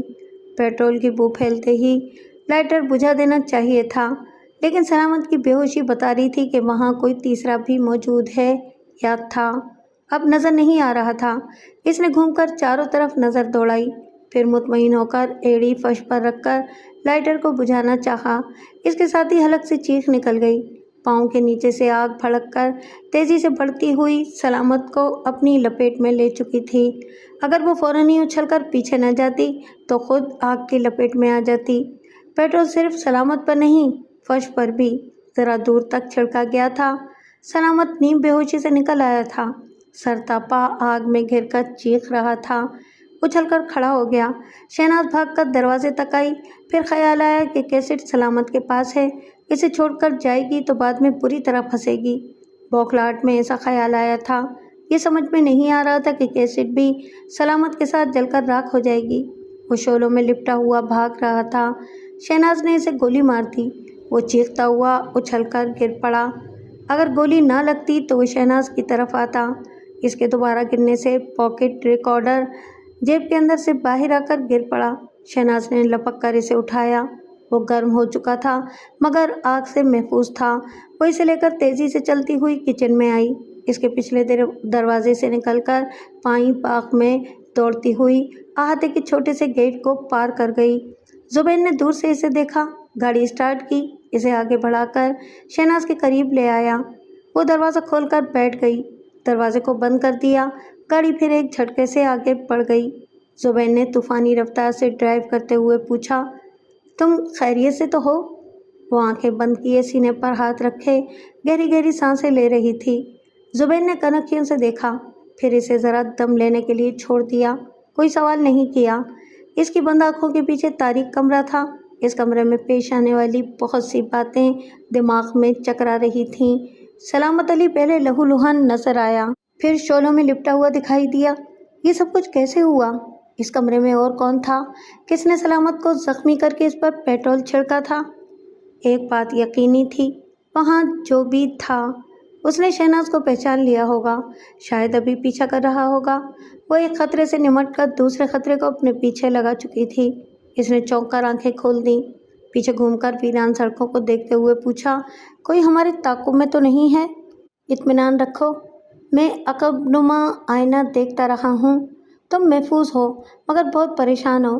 میں نے 3 بار گولیاں چلنے کی آواز سنی تھی۔ وہ مر چکا ہے؟ کیا تم نے؟ ہاں، مگر میں نے مرتے ہوئے پر گولی چلائی تھی۔ بڑی گڑبڑ ہو گئی ہے۔ وہاں کوئی تیسرا بھی موجود تھا، وہ بہت ہی پراسرار تھا۔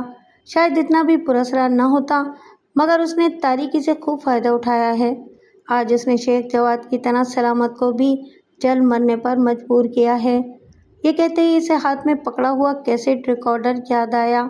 اس نے ریکارڈر میں سے کیسٹ نکالنے کے لیے ایجکٹ کا بٹن دبایا۔ کیسٹ کا خانہ کھل گیا لیکن وہ خانہ خالی تھا۔ وہ چیخ کر بولی، کیسٹ کہاں ہے؟ زبیر نے پوچھا، کیسی کیسٹ؟ سلامت اس ریکارڈر سے میری لا علمی میں گفتگو ریکارڈ کر رہا تھا۔ کیسٹ کو اس میں ہونا چاہیے تھا۔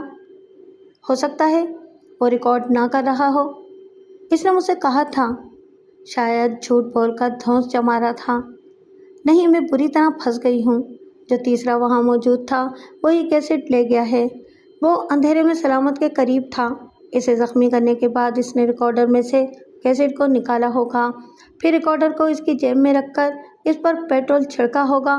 وہ بڑے جچے تلے انداز میں اپنا کام کر گیا ہے۔ شہناز، تم بہت پریشان ہو۔ میرے برے وقتوں میں تم نے کہا تھا، پریشان ہونے سے مسائل حل نہیں ہوتے۔ ایسے وقت انسان کو کسی طرح دماغی سکون حاصل کر کے اطمینان سے مسئلے کا تجزیہ کرنا چاہیے۔ آج یہی بات میں تمہیں سمجھاتا ہوں، کسی طرح دماغی سکون حاصل کرو۔ کیسے سکون ملے گا؟ وہ پراسرار قاتل میرے دماغ پر ہتھوڑے برسا رہا ہے۔ اس پہلو سے سوچو کہ وہ تمہارا دشمن نہیں ہے، ورنہ سلامت کے ساتھ تمہیں بھی ختم کر دیتا۔ وہ چونک کر بولی، تم نے بہت اچھا نکتہ پیش کیا ہے۔ یہ سوچنے کی بات ہے کہ اس نے مجھے نقصان نہیں پہنچایا۔ آخر کیوں؟ زبیر نے کہا، 2 ہی باتیں ہو سکتی ہیں، وہ آئندہ تمہیں بلیک میل کر کے تم سے فائدہ اٹھانا چاہتا ہے یا پھر تمہارے حسن و شباب کا دیوانہ ہے۔ وہ خوش ہو کر مسکرانے لگی۔ اس زاویے سے سوچنے کے باعث دماغ کا بوجھ ایک دم سے اتر گیا تھا۔ اسے سکون حاصل ہو رہا تھا۔ اس نے مسکرا کر پوچھا، میرے کسی دیوانے کی بات کر رہے ہو؟ کیا رقابت محسوس نہیں ہوتی؟ میں تمہارا نمک کھاتا ہوں، تمہاری خوشی میری خوشی ہے۔ کسی نئے دیوانے کو پھانستے وقت میری فکر نہ کرو، میں نمک حلال عاشق ہوں۔ واسطے ہوئے بولی، تو پھر گاڑی سے اتر جاؤ، میں دیکھنا چاہتی ہوں۔ اگر وہ دیوانہ ہوگا تو مجھے تنہا دیکھ کر ضرور قریب آئے گا۔ زبیر گاڑی سے اتر گیا۔ وہ پھر ملنے کا وعدہ کر کے وہاں سے تنہا ڈرائیو کرتی ہوئی سست رفتاری سے جانے لگی۔ آئینہ کہتا تھا کہ وہ اس کا شاہکار ہے۔ کامل کی دولت نے اس میں اور 4 چاند لگا دیے تھے۔ دیکھنے والوں کی نگاہیں اس پر اٹک کر رہ جاتی تھیں۔ ایسے میں یہ سوچنا درست تھا کہ وہ اتفاقاً قاتل کے ہاتھوں سے پھسل کر نہیں آئی تھی، بلکہ قاتل خود پھسل پڑا تھا اور آئندہ کہیں نہ کہیں حسن کے روبرو پیش ہونے والا تھا۔ وہ 1 گھنٹے تک تفریح کے انداز میں گھومتی رہی، عقب نما آئینے میں دیکھتی رہی اور مایوس ہوتی رہی۔ وہ پریشانیاں جو خوش فہمی کے تھپکنے سے वक्ती तौर पर सो गई थीं, फिर बेदार होने लगीं। ऐसी हालत में वो सड़कों पर घूम नहीं सकती थी। अपनी कोठी में वापस आ गई। उसने गेट खोलने वाले चौकीदार से पूछा, कोई आया था? जी हाँ, बड़ी मालकिन वापस आ गई हैं। वो अपनी घबराहट छुपाते हुए बोली, मगर वो तो कल शाम को वापस आने वाली थी। चौकीदार मुंह तकने लगा। वो भला क्या जवाब देता? बड़े लोग मुलाजिमों को आने जाने का वक्त बताकर नहीं जाते। वो ड्राइव करती हुई पोरिच में आई, कार से उतरकर झिझकते हुए कदमों से बरामदे में पहुंची और कोई बहाना सोचने लगी। रात के 3:15 हो चुके थे। जवान बहू का घर से बाहर रहने का कोई जवाज न था। वो इतनी रात तक बाहर थी, मगर घर में जाना भी ज़रूरी था। वो घर की तनख्वाह मालकिन बनने के लिए इतने चक्कर चला रही थी। उसने दरवाज़ा खोला। बड़े से ड्राइंग रूम के एक तरफ बालकोनी थी। बालकोनी के झूले में सुल्ताना बेगम बैठी हुई थीं। वो सास को देखते ही रुक गई, फिर हकलाते हुए बोली, आप अभी तक जाग रही हैं? तुम भी तो जाग रही हो। मम, मुझे तो नींद नहीं आ रही थी। कामिल कहीं जाते हैं तो मैं बहुत तन्हा रह जाती हूँ। मुझे तुम पर तरस आता है। तुम्हारी जैसी औरतों को 2 खिलौनों की ज़रूरत होती है। एक हाथ से निकल जाता है तो दूसरा दिल बहलाने को रहता है। आप कैसी बातें कर रही हैं? जैसी तुम हो वैसी बातें कर रही हूँ। हमेशा की तरह आज भी पूछ रही हूँ कि मेरे बेटे का पीछा कब छोड़ रही हो। आप ये सवाल अपने बेटे से भी करती हैं और हमेशा अपना सा मुँह लेकर रह जाती हैं। अब तक हम मियाँ बीवी की सच्ची मोहब्बत को तस्लीम कर लेना चाहिए था, मगर आपकी तरह दुनिया की कोई सास तस्लीम करने को तैयार नहीं होती। जब तुम्हारी झूठी मोहब्बत का खौल उतरेगा तो मेरे बेटे के दिल पर क्या गुजरेगी? वो हंसते हुए बोली, सदमे से पागल हो जाएगा या आंखों में खून उतर आएगा और मुझे कत्ल कर देगा। तुम इस बात पर हंस रही हो, इसीलिए आप मेरी छोटी बड़ी गलतियों को बेटे से छुपा लेती हैं। आप बहुत अच्छी हैं, एक मिसाली सास हैं। मैं आपकी मजबूरियों से बहुत मोहब्बत करती हूँ। कभी ये भी समझने की कोशिश करो कि पानी सर से ऊंचा हो जाएगा तो क्या होगा? कल क्या होगा कौन जानता है। बस एक अंदाज़ा होता है कि हमारा कल अच्छा होगा। मैं भी इसी अंदाजे पर यकीन कर रही हूँ। ये कहकर वो अपने बेडरूम की तरफ जाने लगी। सुल्ताना बेगम ने कहा, बहू, मैं अपने बेटे को नहीं बताऊंगी कि तुम आज रात बाहर थीं। वो रुक गई, मुस्कुराकर बोली, मेरी सास बेमिसाल है। फ़ोन की घंटी बजने लगी। वो बदस्तूर मुस्कुराती हुई टेलीफोन के पास आई, फिर रिसीवर उठाकर हेलो कहा। दूसरी तरफ से कामिल की आवाज़ सुनकर वो चौंक गई। चंद सातों के लिए यूं लगा जैसे वो भी माँ की तरह घर में मौजूद हो और कान के करीब आकर बोल रहा हो। वो हैरानी से पूछ रहा था, तुम अभी तक जाग रही हो? वो सास की तरफ देखते हुए मोहब्बत से बोली, अगर तुम्हें यकीन नहीं आता कि मैं तुम्हारी जुदाई में रातों को जागती हूँ तो फिर फ़ोन किसे किया है? मैं तो जब भी बाहर जाता हूँ अपने पहुँचने की इत्तला अम्मी को देता हूँ। अम्मी को रिसीवर दो, फिर मैं तुमसे बात करूँगा। सुल्ताना बेगम झूले से उतरकर करीब आ गई थीं। शहनाज ने इन्हें रिसीवर दिया। वो इसे कान से लगाकर बोली, क्या जहाज़ देर से पहुँचा है? जी हाँ। अच्छा हुआ कि आप एयरपोर्ट से वापस चली गई थीं, वरना बोर हो जाती। तुम्हारे साथ सफ़र करने में मैं कभी बोर नहीं होती। वो तो अचानक ख्याल आया कि बिजनेस डायरी घर भूल आई हूँ। डायरी मिल गई हो तो सुबह की फ़्लाइट से आ जाएं। नहीं बेटे, तुम अपना काम निपटा कर कल शाम तक चले आओ। पता नहीं क्यों मेरा दिल घबरा रहा है। मैं अभी कारोबारी मामलात में दिलचस्पी नहीं लूँगी। वो हंसते हुए बोला, अम्मी, आपका दिल घबरा रहा है? यह अनोखी बात है। मैंने जब से होश संभाला है आपको कभी बीमार नहीं देखा। एक दिन की खांसी या बुखार हो जाए वो अलग बात है, मगर कोई मर्ज़ या मसला आपको ज़हनी और जिस्मानी तौर पर कभी बीमार नहीं बनाता। आप किसी मुसीबत से नहीं घबराती। पता नहीं किस मिट्टी से बनाई गई हैं। आप मुझे जल्द बुलाने के लिए घबराहट का इजहार कर रही हैं। बहुत बोलते हो, यही समझो और जल्दी वापस आ जाओ। लो अब शहनाज से बातें करो। उन्होंने बहू को रिसीवर दिया, फिर झूले में जाकर बैठ गईं। शहनाज ने फ़ोन पर कहा, अपनी अम्मी से ये तो कह देते कि सुबह होने वाली है, कमरे में जाकर आराम से सो जाएं। इनकी फ़िक्र न करो, वो किसी ख़ास वजह से जाग रही होंगी। वो ख़ास वजह क्या हो सकती है? मैं क्या बता सकता हूँ कि क्या वजह हो सकती है। बाज़ औक़ात अम्मी को समझना मुश्किल होता है। मुझे तो तुम्हारी शब्बेदारी पर हैरत है। जब दिल अपने काबू में नहीं रहता तो नींद भी अपने इख्तियार में नहीं होती। हाय, तुम्हारी ये मोहब्बत भरी बातें मुझे दीवाना कर देती हैं। मैं यहाँ इंटरकॉन में हूँ, जब दिल चाहा फ़ोन कर लेना। अब जाओ सो जाओ, सुबह तक जागना मुनासिब नहीं है। शहनाज ने चंद मोहब्बत भरे मकालमे अदा करने के बाद रिसीवर को रख दिया। फिर सास को दिखाते हुए मुस्कुराती हुई गुनगुनाती हुई अपनी ख्वाबगाह की तरफ जाने लगी। हालांकि गुनगुनाने को दिल नहीं चाहता था। सलामत अली के यहाँ जो कुछ हुआ और जो बाजी वो हार कर आई थी, उसका बोझ दिमाग पर था। वो दरवाज़ा खोलकर ख्वाबगाह में दाखिल हुई। लाइटर सैंडल उतारने के लिए कुर्सी पर बैठी। ऐसे वक्त नज़र अपने पलंग पर गई तो मारे हैरत के उछलकर खड़ी हो गई। उसके बिस्तर पर वो पर्स रखा हुआ था जिसे वो अपने साथ ले गई थी। इस पर्स में से पिस्तौल निकालकर सलामत को गोली मारी थी। भाग दौड़ में इसे पर्स का ख्याल नहीं रहा था।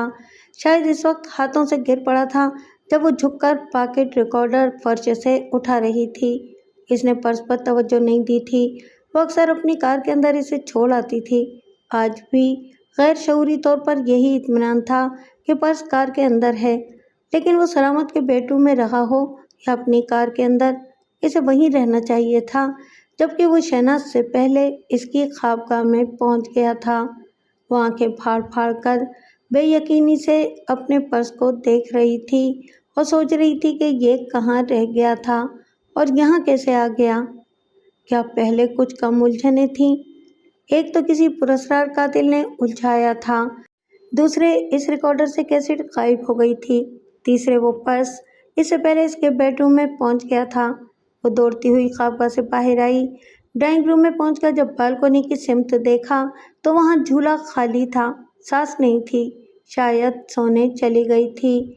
वो तेजी से चलती हुई सास के दरवाजे तक आई, हाथ उठाकर दस्तक देना चाहती थी, फिर रुक गई। दिमाग ने पूछा, सास से क्या पूछोगी?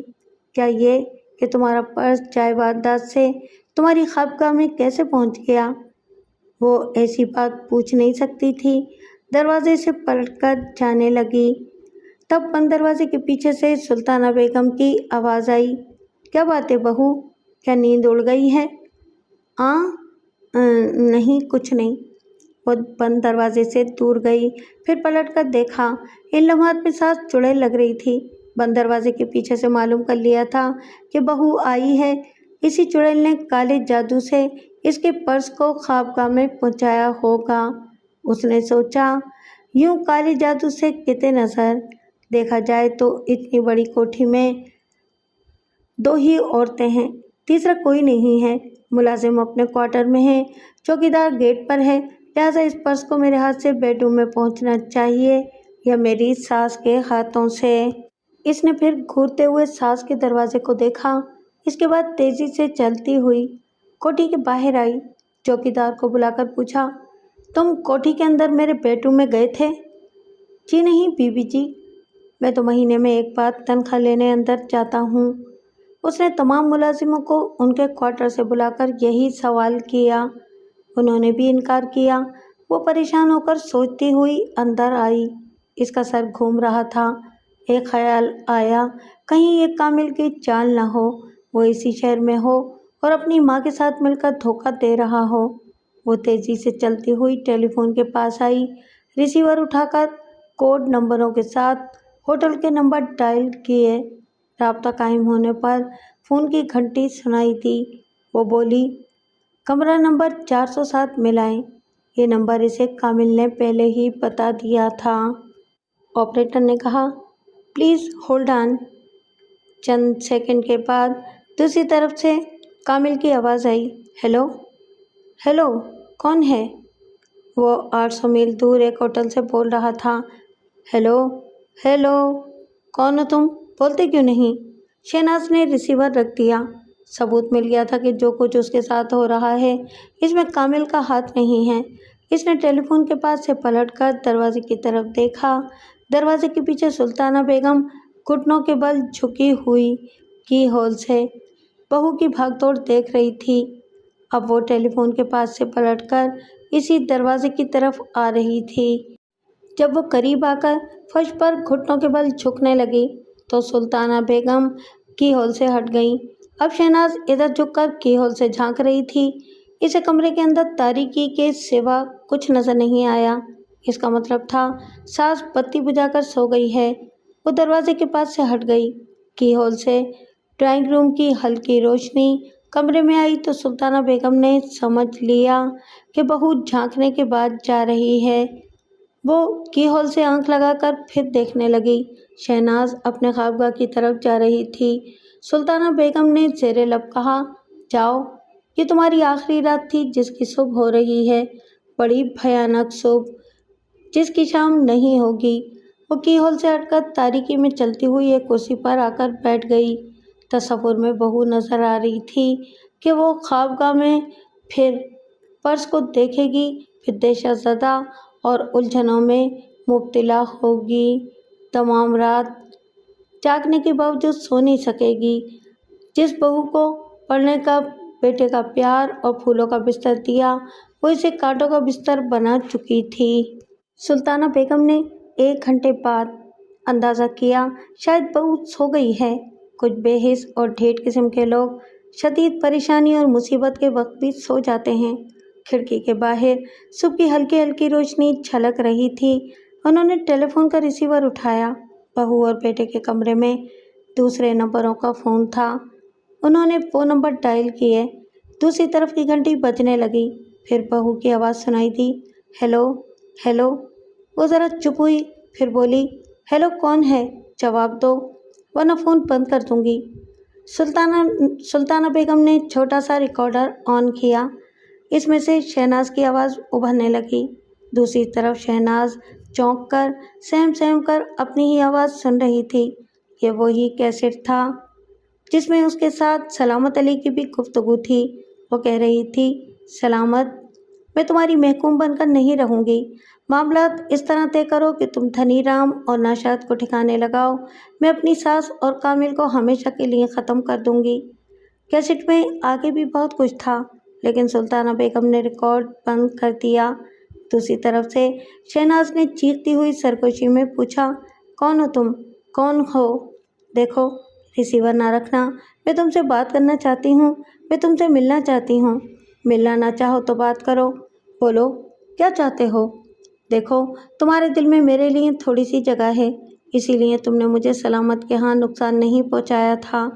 میرے دل میں بھی تمہارے لیے جگہ ہے، صرف تمہارے لیے جگہ ہے۔ تم جو چاہو گے مجھے منظور ہوگا، جو کہو گے وہ کروں گی۔ پلیز کچھ بولو، مجھے خوف اور دہشت کے عذاب سے نکالو۔ ہیلو، تم بولتے کیوں نہیں؟ ہیلو ہیلو، کیا تم نے فون بند کر دیا ہے؟ نہیں نہیں، تم فون بند نہیں کرو گے۔ وہ کریڈل کو کھٹکھٹاتی جا رہی تھی اور اسے پکارتی جا رہی تھی، بولو، تم بولتے کیوں نہیں؟ کیسے مرد کے بچے ہو، ایک عورت کو عذاب میں مبتلا کر رہے ہو؟ بولو، سور کے بچے بولو، ذلیل کمینے، گندی نالی کے کیڑے، تمہیں مجھ سے کیا دشمنی ہے؟ میں نے تمہارا کیا بگاڑا ہے؟ بولو، نہیں تو میں تمہارا سر اڑا دوں گی۔ اس نے سر توڑنے کے لیے ریسیور کو پوری قوت سے کریڈل پر مارا، پھر لمبی لمبی سانسیں لینے لگی، جیسے بہت دیر سے بولتی ہوئی نہیں، بہت دور سے دوڑتی آ رہی ہو۔ رات گزر چکی تھی، دوسرا دن نکل آیا تھا۔ شہناز کے دیدے یوں پھیلے ہوئے تھے جیسے وہ پل کے جھپکنا بھول گئی ہو۔ وہ زخمی شیرنی کی طرح ہانپ رہی تھی اور بڑبڑا رہی تھی، دیکھ لوں گی، اس پراسرار کمینے سے بھی نمٹ لوں گی۔ کیسٹ بہت زیادہ اہم نہیں ہے، کسی کی بھی آواز کی کامیاب نقالی ہو سکتی ہے۔ میں کسی مکار وکیل کے ذریعے ثابت کر دوں گی کہ اس کیسٹ میں میری اور سلامت کی آواز کی کامیاب نقالی کی گئی ہے۔ وہ چپ ہو گئی۔ ڈرائنگ روم سے فون کی گھنٹی سنائی دے رہی تھی۔ اتنی صبح کس نے فون کیا ہے؟ وہ خوابگاہ سے باہر آئی۔ حالانکہ صبح سویرے بھی فون کالیں آتی رہتی تھیں، مگر آج فون کی گھنٹی دل کو دھڑکا رہی تھی۔ وہ تیزی سے چلتی ہوئی ٹیلی فون کے پاس آئی، چون نظروں سے ساس کے دروازے کی طرف دیکھا، پھر ریسیور اٹھا کر بولی، ہیلو ہیلو، میں D S P Afzal Ahmad بول رہا ہوں، کیا آپ بیگم سلطانہ ہیں؟ ڈی ایس پی کا نام سنتے ہی کلیجہ تھک سے رہ گیا۔ وہ ذرا سنبھل کر بولی، میں ان کی بہو شہناز کامل ہوں۔ مسٹر کامل کہاں ہیں؟ وہ کل شام کی فلائٹ سے لاہور گئے ہیں، انٹرکان کمرہ نمبر 407 میں ہیں۔ بات کیا ہے؟ بیگم سلطانہ اور کامل کی جان کو خطرہ ہے۔ ان کے ایک بزنس پارٹنر شیخ جواد کو ایک ہفتہ پہلے زندہ جلا کر مارا گیا تھا۔ کل رات کسی سپاک قاتل نے دھنی رام، نوشاد اور سلامت علی تینوں پارٹنرز کو جلا کر مار ڈالا ہے۔ ہمیں یقین ہے کہ خدمت شوز کمپنی کے پانچوں پارٹنرز کا مشترکہ دشمن کوئی ہے۔ میں ایک سب انسپکٹر اور چند سپاہیوں کو آپ لوگوں کی حفاظت کے لیے بھیج رہا ہوں۔ آپ سے درخواست ہے کہ گھر کا کوئی فرد باہر نہ نکلے۔ میں ان لاشوں کو پوسٹ مارٹم کے بعد بھیجنے کے لیے آؤں گا۔ بائی دا وے، بیگم سلطانہ کہاں ہیں؟ وہ سو رہی ہیں۔ اچھی بات ہے، آپ لوگ میرا انتظار کریں۔ افضال صاحب، کیا قاتل کا سراغ مل جائے گا؟ اس قاتل نے سلامت کے ملازم پر بھی گولی چلائی تھی۔ خوش قسمتی سے وہ بچ گیا ہے۔ زخمی حالت میں اسپتال پہنچایا گیا ہے۔ ڈاکٹر نے کہا ہے کہ اسے 1 گھنٹے میں ہوش آ جائے گا۔ اس ملازم نے قاتل کو ضرور دیکھا ہوگا۔ شہناز کے ہاتھ سے ریسیور چھوٹ گیا۔ وہ ریسیور ٹیلی فون اسٹینڈ سے لٹک کر نیچے جھولنے لگا۔ افضال احمد کی آواز آ رہی تھی۔ وہ کہہ رہا تھا، شیخ جواد کی بیٹی سمینہ کا دماغی صدمہ بھی بڑی حد تک کم ہو گیا ہے۔ اس کے بیان کی روشنی میں بھی قاتل گرفتار ہو سکتا ہے۔ شہناز کو سمینہ کے بیان کی پرواہ نہیں تھی۔ اندیشہ یہ تھا کہ سلامت کے ملازم نے اسے پہچان لیا ہوگا۔ پہلی بار جب وہ ملازم چائے لے کر آیا تو بند دروازے کے باہر تھا۔ سلامت نے اسے واپس جانے کو کہا تھا۔ یوں ملازم نے پہلی بار شہناز کو نہیں دیکھا۔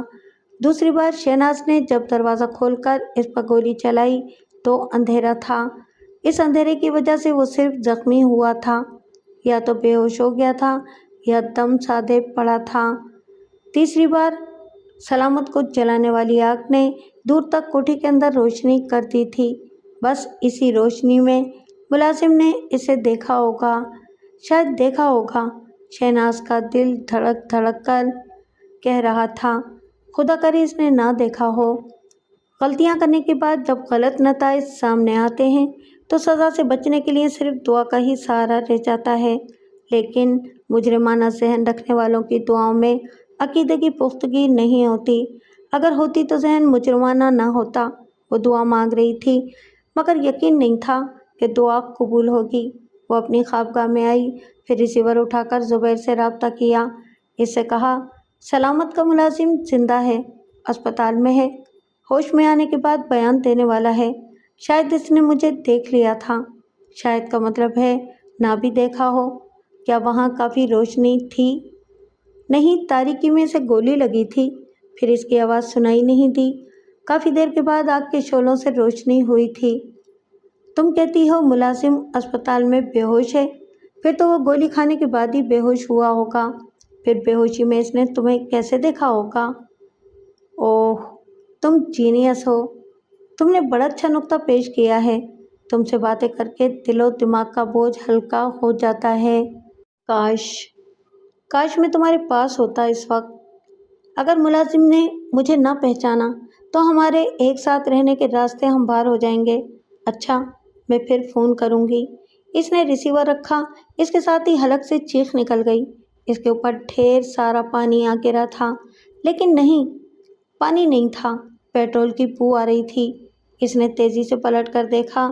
ساس ایک ہاتھ میں بالٹی لیے نظر آئی۔ وہ بالٹی خالی ہو چکی تھی۔ اس میں جتنا پیٹرول تھا وہ شہناز کے لباس کو بھگو چکا تھا۔ ساس نے کہا، بہو، تم دیکھ رہی ہو کہ میں بھی سر سے پاؤں تک پیٹرول میں بھیگی ہوئی ہوں، اور میرے ہاتھ میں دیا سلائی ہے۔ اس کی ایک ہی تیلی میرے پاس ہے۔ مرنے کے لیے ایک چٹکی زہر اور جلنے کے لیے ایک ہی تیلی کافی ہوتی ہے۔ شہناز دہشت کے مارے دیدے پھیلائے پیٹرول کو اپنی ذات سے ساس کے وجود تک دیکھ رہی تھی اور سمجھ رہی تھی دونوں کا وجود چشمِ زدن میں جل کر راکھ ہو سکتا ہے۔ وہ اپنی شاہکار حسن کی راکھ کو تصور میں دیکھ کر کانپ گئی۔ عاجزی سے بولی، یہ آپ کیا کر رہی ہیں؟ خدمت شوز کمپنی کے 4 پارٹنر جل گئے، 5ویں میں ہوں، مجھے بھی جل کر مر جانا چاہیے۔ آپ کیوں جلنا چاہتی ہیں؟ مجھے کیوں جلانا چاہتی ہیں؟ خدا کے لیے وہ ماچس کی ڈبی اب پھینک دیں، نہیں تو میں مر جاؤں گی۔ मैं मरना नहीं चाहती, मुझे यहाँ से जाने दें। अपनी जगह से एक कदम भी उठाओगी तो दूसरा कदम आग के शोलों के साथ उठेगा। देखो, तुमने वही लाइटर सैंडल पहना हुआ है जिसका डिज़ाइन तुमने मुझे दिया था और मैंने तुम्हारे लिए ये तैयार कराया था। तुम्हें कदमों तले आग लेकर चलने का बहुत शौक था। क्या अपने लाइटर की चरखी को ज़रा सा घुमाओगी? वो चीख कर बोली, ऐसी बातें ना करें, मेरी जान निकल रही है। तुमने मेरे बेटे को अपने हुस्न शबाब का दीवाना बनाया। उसने मेरी मर्ज़ी के ख़िलाफ़ तुमसे शादी की, कोई बात नहीं, मैं बेटे की खुशी को गले लगा लेती, लेकिन तुमने आते ही साबित कर दिया कि तुम आतिश कदम हो। मेरे घर में आग लगाओगी। एक दिन मेरे बेटे की जान लेकर अपने दोस्त के साथ चली जाओगी। ये झूठ है, मैं तुम्हारे बेटे को जान से ज़्यादा चाहती हूँ। झूठ बोलूँगी तो जहन्नम की आग में चलूँगी। वो तो तू जलने वाली है। इससे पहले सुन लो कि इस लाइटर सैंडल की एक जोड़ी मैंने अपने लिए भी बनवाई थी। आपने अपने लिए भी? हाँ। वो सैंडल पहनकर मैं शेख जब्बात के यहाँ गई और इसे इसकी बेटी समीना के सामने जला डाला। जानती हो क्यों? इसलिए कि एक तरफ शेख जवाद और दूसरी तरफ सलामत अली मुझ बेवा को शादी का पैगाम दे रहे थे। वो ज़रा चुप हुई, फिर बोली, मैं तुम्हारी तरह हसीन और जवान नहीं हूँ, मगर मेरी दौलत और जायदाद बहुत हसीन है। मैं माल तैयार करने वाली पार्टनर हूँ, सोने की चिड़िया हूँ। मेरे मुसलसल इनकार पर वो दोनों धमकियाँ देने लगे कि मंशियात के धंधे का राज फाश करके वो मुल्क से बाहर चले जाएंगे और मैं यहाँ फंस जाऊँगी। तीसरी तरफ नाशाद निज़ामी ने भी धमकी दी, क्योंकि सलामत ने एक हजाम की बेटी को बहू बनाने से इनकार कर दिया था। शहनाज ने कहा, आप बहुत मजलूम हैं, हम इत्मीनान से बैठकर प्यार मोहब्बत से बात करेंगे। पहले लिबास बदल लेना चाहिए। बकवास मत करो, जहाँ हो वहीं खड़ी रहो और सुनो कि मैंने अब तक तुम्हारी ख्वाहिश के मुताबिक कामिल को अपनी शूज़ कंपनी का मालिक क्यों नहीं बनाया। मुझे दुश्मनों की धमकियों ने समझा दिया कि शूज़ कंपनी बेटे के नाम से होगी तो राज फाश होने पर इसके हाथों में हथकड़ी लगेगी। इसलिए मैंने कारखाने से उसका कभी कोई ताल्लुक़ रहने नहीं दिया। वो खुशामदाना अंदाज में बोली, अम्मी अब बहुत समझदार हैं। सास ने एक सरदा भरते हुए कहा, तुम्हें इस घर में आए 2.5 बरस हो गए। आज पहली बार तुमने मुझे अम्मी कहा है। मेरे कान तरसते रहे, मेरा दिल प्यार के लिए धड़कता रहा कि कभी तुम अम्मी, आंटी या खालाजान कहकर मुखातिब करो। आज से मैं दिन रात अम्मी कहूँगी, आपके कदमों में रहूँगी। वो कदमों में झुकना चाहती थी। सुल्ताना बेगम ने डांट कर कहा, खबरदार, करीब ना आना, न दूर जाना। ज़्यादा से ज़्यादा सांसें लेना चाहती हो तो अपनी जगह खड़ी रहो, मैं बार बार वार्निंग नहीं दूंगी। वो अपनी जगह सीधी खड़ी हो गई। सुल्ताना बेगम ने कहा, मैंने शूज़ कंपनी इसलिए भी बेटे के नाम नहीं की कि तुम्हारा भला होगा। तुम जल्द से जल्द बेवा होने की कोशिश करती। मौजूदा सूरत में पहले मुझे ख़त्म करोगी तो बेटा मालिक बनेगा, बेटे को ख़त्म करोगी तब तुम्हारी मालकन बनने की बारी आएगी।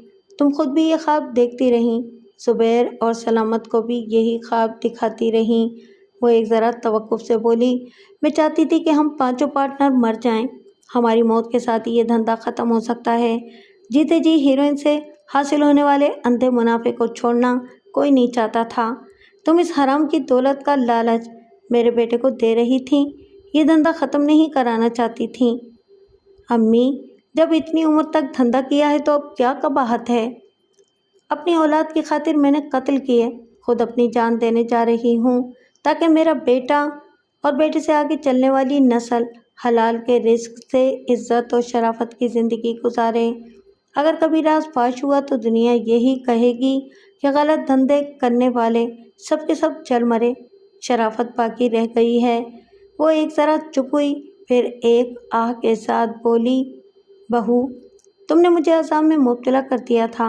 मैं बेटे से कह नहीं सकती थी कि तुम बदचलन हो।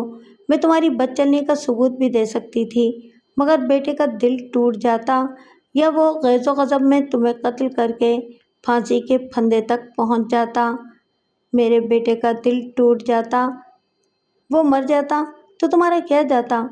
میں نے تخلیق کے کرب سے گزر کر اسے پیدا کیا، اسے بڑی ممتا سے اپنا دودھ پلایا۔ 25 برس ہو گئے اسے محبتوں، محنتوں اور دعاؤں سے پال رہی ہوں۔ بہو، وہ میرے 25 برس کی عبادت ہے، اور تم نے چند سیکنڈ میں 3 بار قبول کہہ کر اسے ہتھیا لیا۔ تم نے یہ نہیں سوچا کہ باز جھپٹنے آئے تو مرغی اپنے پروں میں بچوں کو سمیٹ لیتی ہے۔ تمہیں ایک ماں سے بیٹے کو چھیننے کے لیے 3 بار قبول کہنا پڑا۔ مجھے اپنے بچے کو سلامت رکھنے کے لیے 3 کی نہیں، صرف 1 تیلی کی ضرورت ہے۔ وہ ہاتھ جوڑ کر بولی، مجھے معاف کر دو، تیلی پھینک دو، مجھے عقل آ گئی ہے۔ میری بات ادھوری ہے، آگے سنو۔ قتل میں نے کیے ہیں، مگر ان کا الزام تم پر آنے والا ہے۔ ایسے ٹھوس ثبوت ملنے والے ہیں کہ تم سزائے موت سے نہیں بچ سکو گی۔ پھر کیا ضرورت کہ میں تمہیں جلا کر ماروں؟ وہ بدستور ہاتھ جوڑ کر بولی، یہ ٹھیک ہے، مجھے عدالت سے سزا پانے دو، میں کپڑے بدل لوں۔ نہیں، اگر جیل جاؤ گی تو میرا بیٹا تمہیں معصوم سمجھ کر تمہارے لیے تڑپتا رہے گا، اپنی دولت پانی کی طرح بہا کر تمہیں سزا سے بچانے کی ہر ممکن کوشش کرے گا۔ میں چاہتی ہوں کہ وہ تم سے شدید نفرت کرے اور اپنی ماں کو قاتلہ سمجھے۔ وہ کیسے سمجھے گا جب میں تمہیں ہلاک نہیں کر رہی ہوں؟ ہماری موت سے یہی ظاہر ہوگا کہ تم نے اپنی خوابگاہ میں بلا کر مجھے اپنے ساتھ جلایا ہے، کیونکہ تمہیں یقین ہو گیا تھا کہ 4 قتل کے الزام سے بچ نہیں پاؤ گی۔ یہ پیٹرول والی سرخ بالٹی تمہارے باتھ روم کی ہے، گھر میں ایسی دوسری بالٹی نہیں ہے۔ میرے ہاتھ کی ڈبیا اور تیلی ہمارے ساتھ راکھ ہو جائے گی، صرف تمہارے سینڈل کی ایڑی کا وہ لائٹر راکھ نہیں ہوگا۔ یوں ثابت ہو جائے گا کہ آگ تم نے لگائی ہے۔ وہ گھبرا کر اپنے لائٹر سینڈل کو دیکھنے لگی۔ سلطانہ بیگم نے کہا، آج ثمینہ کسی وقت پولیس کو بیان دے گی کہ اس کے باپ کو زندہ جلانے والی لائٹر سینڈل پہنے ہوئے تھی، اور وہ لائٹر سینڈل تمہاری سوختہ لاش کے پاؤں میں ہوگی۔ شہناز کی حالت ابتر تھی، جیسے پھانسی کے تختے پر کھڑی تھی اور پھانسی لگنے میں دیر ہو رہی تھی۔ انتظار ہی انتظار میں دم نکلا جا رہا تھا۔ پھر ذرا عقل آئی کہ یہ دیر اس کے حق میں ہے۔ D S P Afzal Ahmad نے فون پر کہا تھا کہ ایک سب انسپکٹر اور چند سپاہیوں کو بھیج رہا ہے، وہ لوگ آتے ہی ہوں گے۔ اس نے کچھ اور دیر کرنے کے لیے پوچھا، پیاری امی، کیا آپ نے چاروں کو اپنے ہاتھوں سے جلایا ہے؟ نہیں، میں نے سلامت کو جھانسا دیا، اگر وہ دھنی رام اور نوشاد کو ٹھکانے لگا دے تو میں اس سے شادی کر لوں گی۔ وہ بڈھا راضی ہو گیا۔ اس نے نوشاد نظامی سے کہا، اگر وہ دھنی رام کو ٹھکانے لگا دے تو وہ اس کی بیٹی کو اپنی بہو بنا لے گا۔ نوشاد نے کہا، وہ دھنی رام کو زندہ جلائے گا تاکہ اس کا الزام شیخ جواد کے قاتل پر ہی آئے۔ یہ دنیا کیا ہے؟ یہاں لالچی خود غرض قاتلوں اور دہشت گردوں کی بہتات ہے۔ سب ایک دوسرے کی لاش پر کھڑے ہو کر اونچے ہونا اور زندہ رہنا چاہتے ہیں۔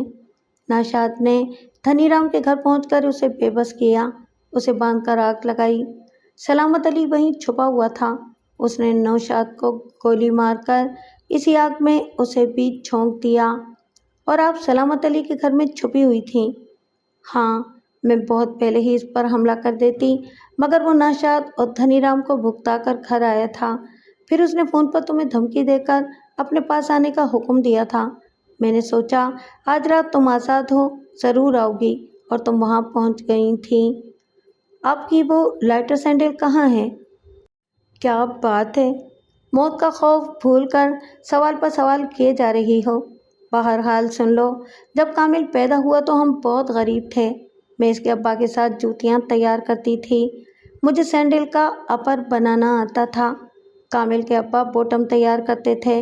پھر ہمارے دن پھر گئے، میں بہت بڑی شوز کمپنی کی مالکن بن گئی۔ ایک طویل عرصے کے بعد میں نے 2 راتیں لگا کر 2 جوڑے تیار کیے، ایک اپنے لیے، دوسرا تمہارے لیے۔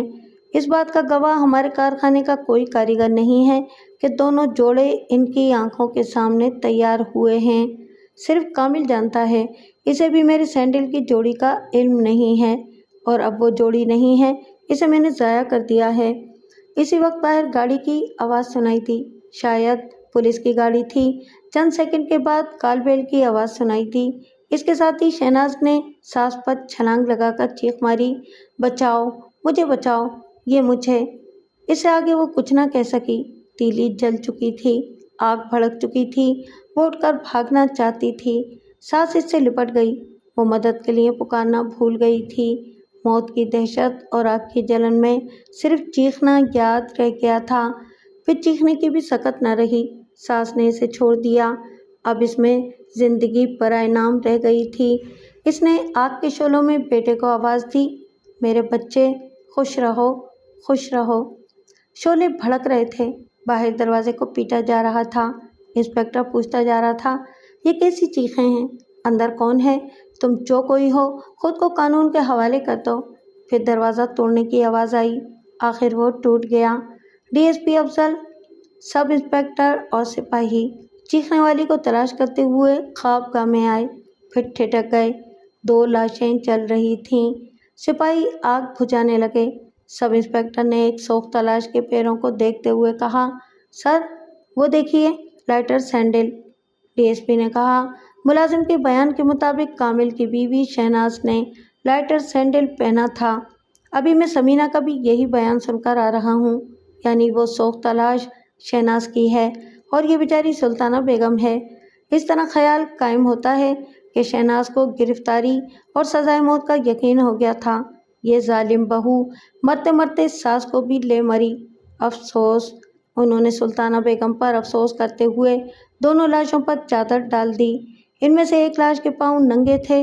वो माँ के पाँव थे जिनके नीचे जन्नत होती है। दूसरी लाश के सोख्ता सैंडल कह रहे थे, बहू, खाक कितनी ही आतिश कदम हो, वो बेटे को माँ की जन्नत से नहीं निकाल सकती। शेरनी से इसके मुँह का निवाला छीना जा सकता है, औलाद नहीं छीनी जा सकती।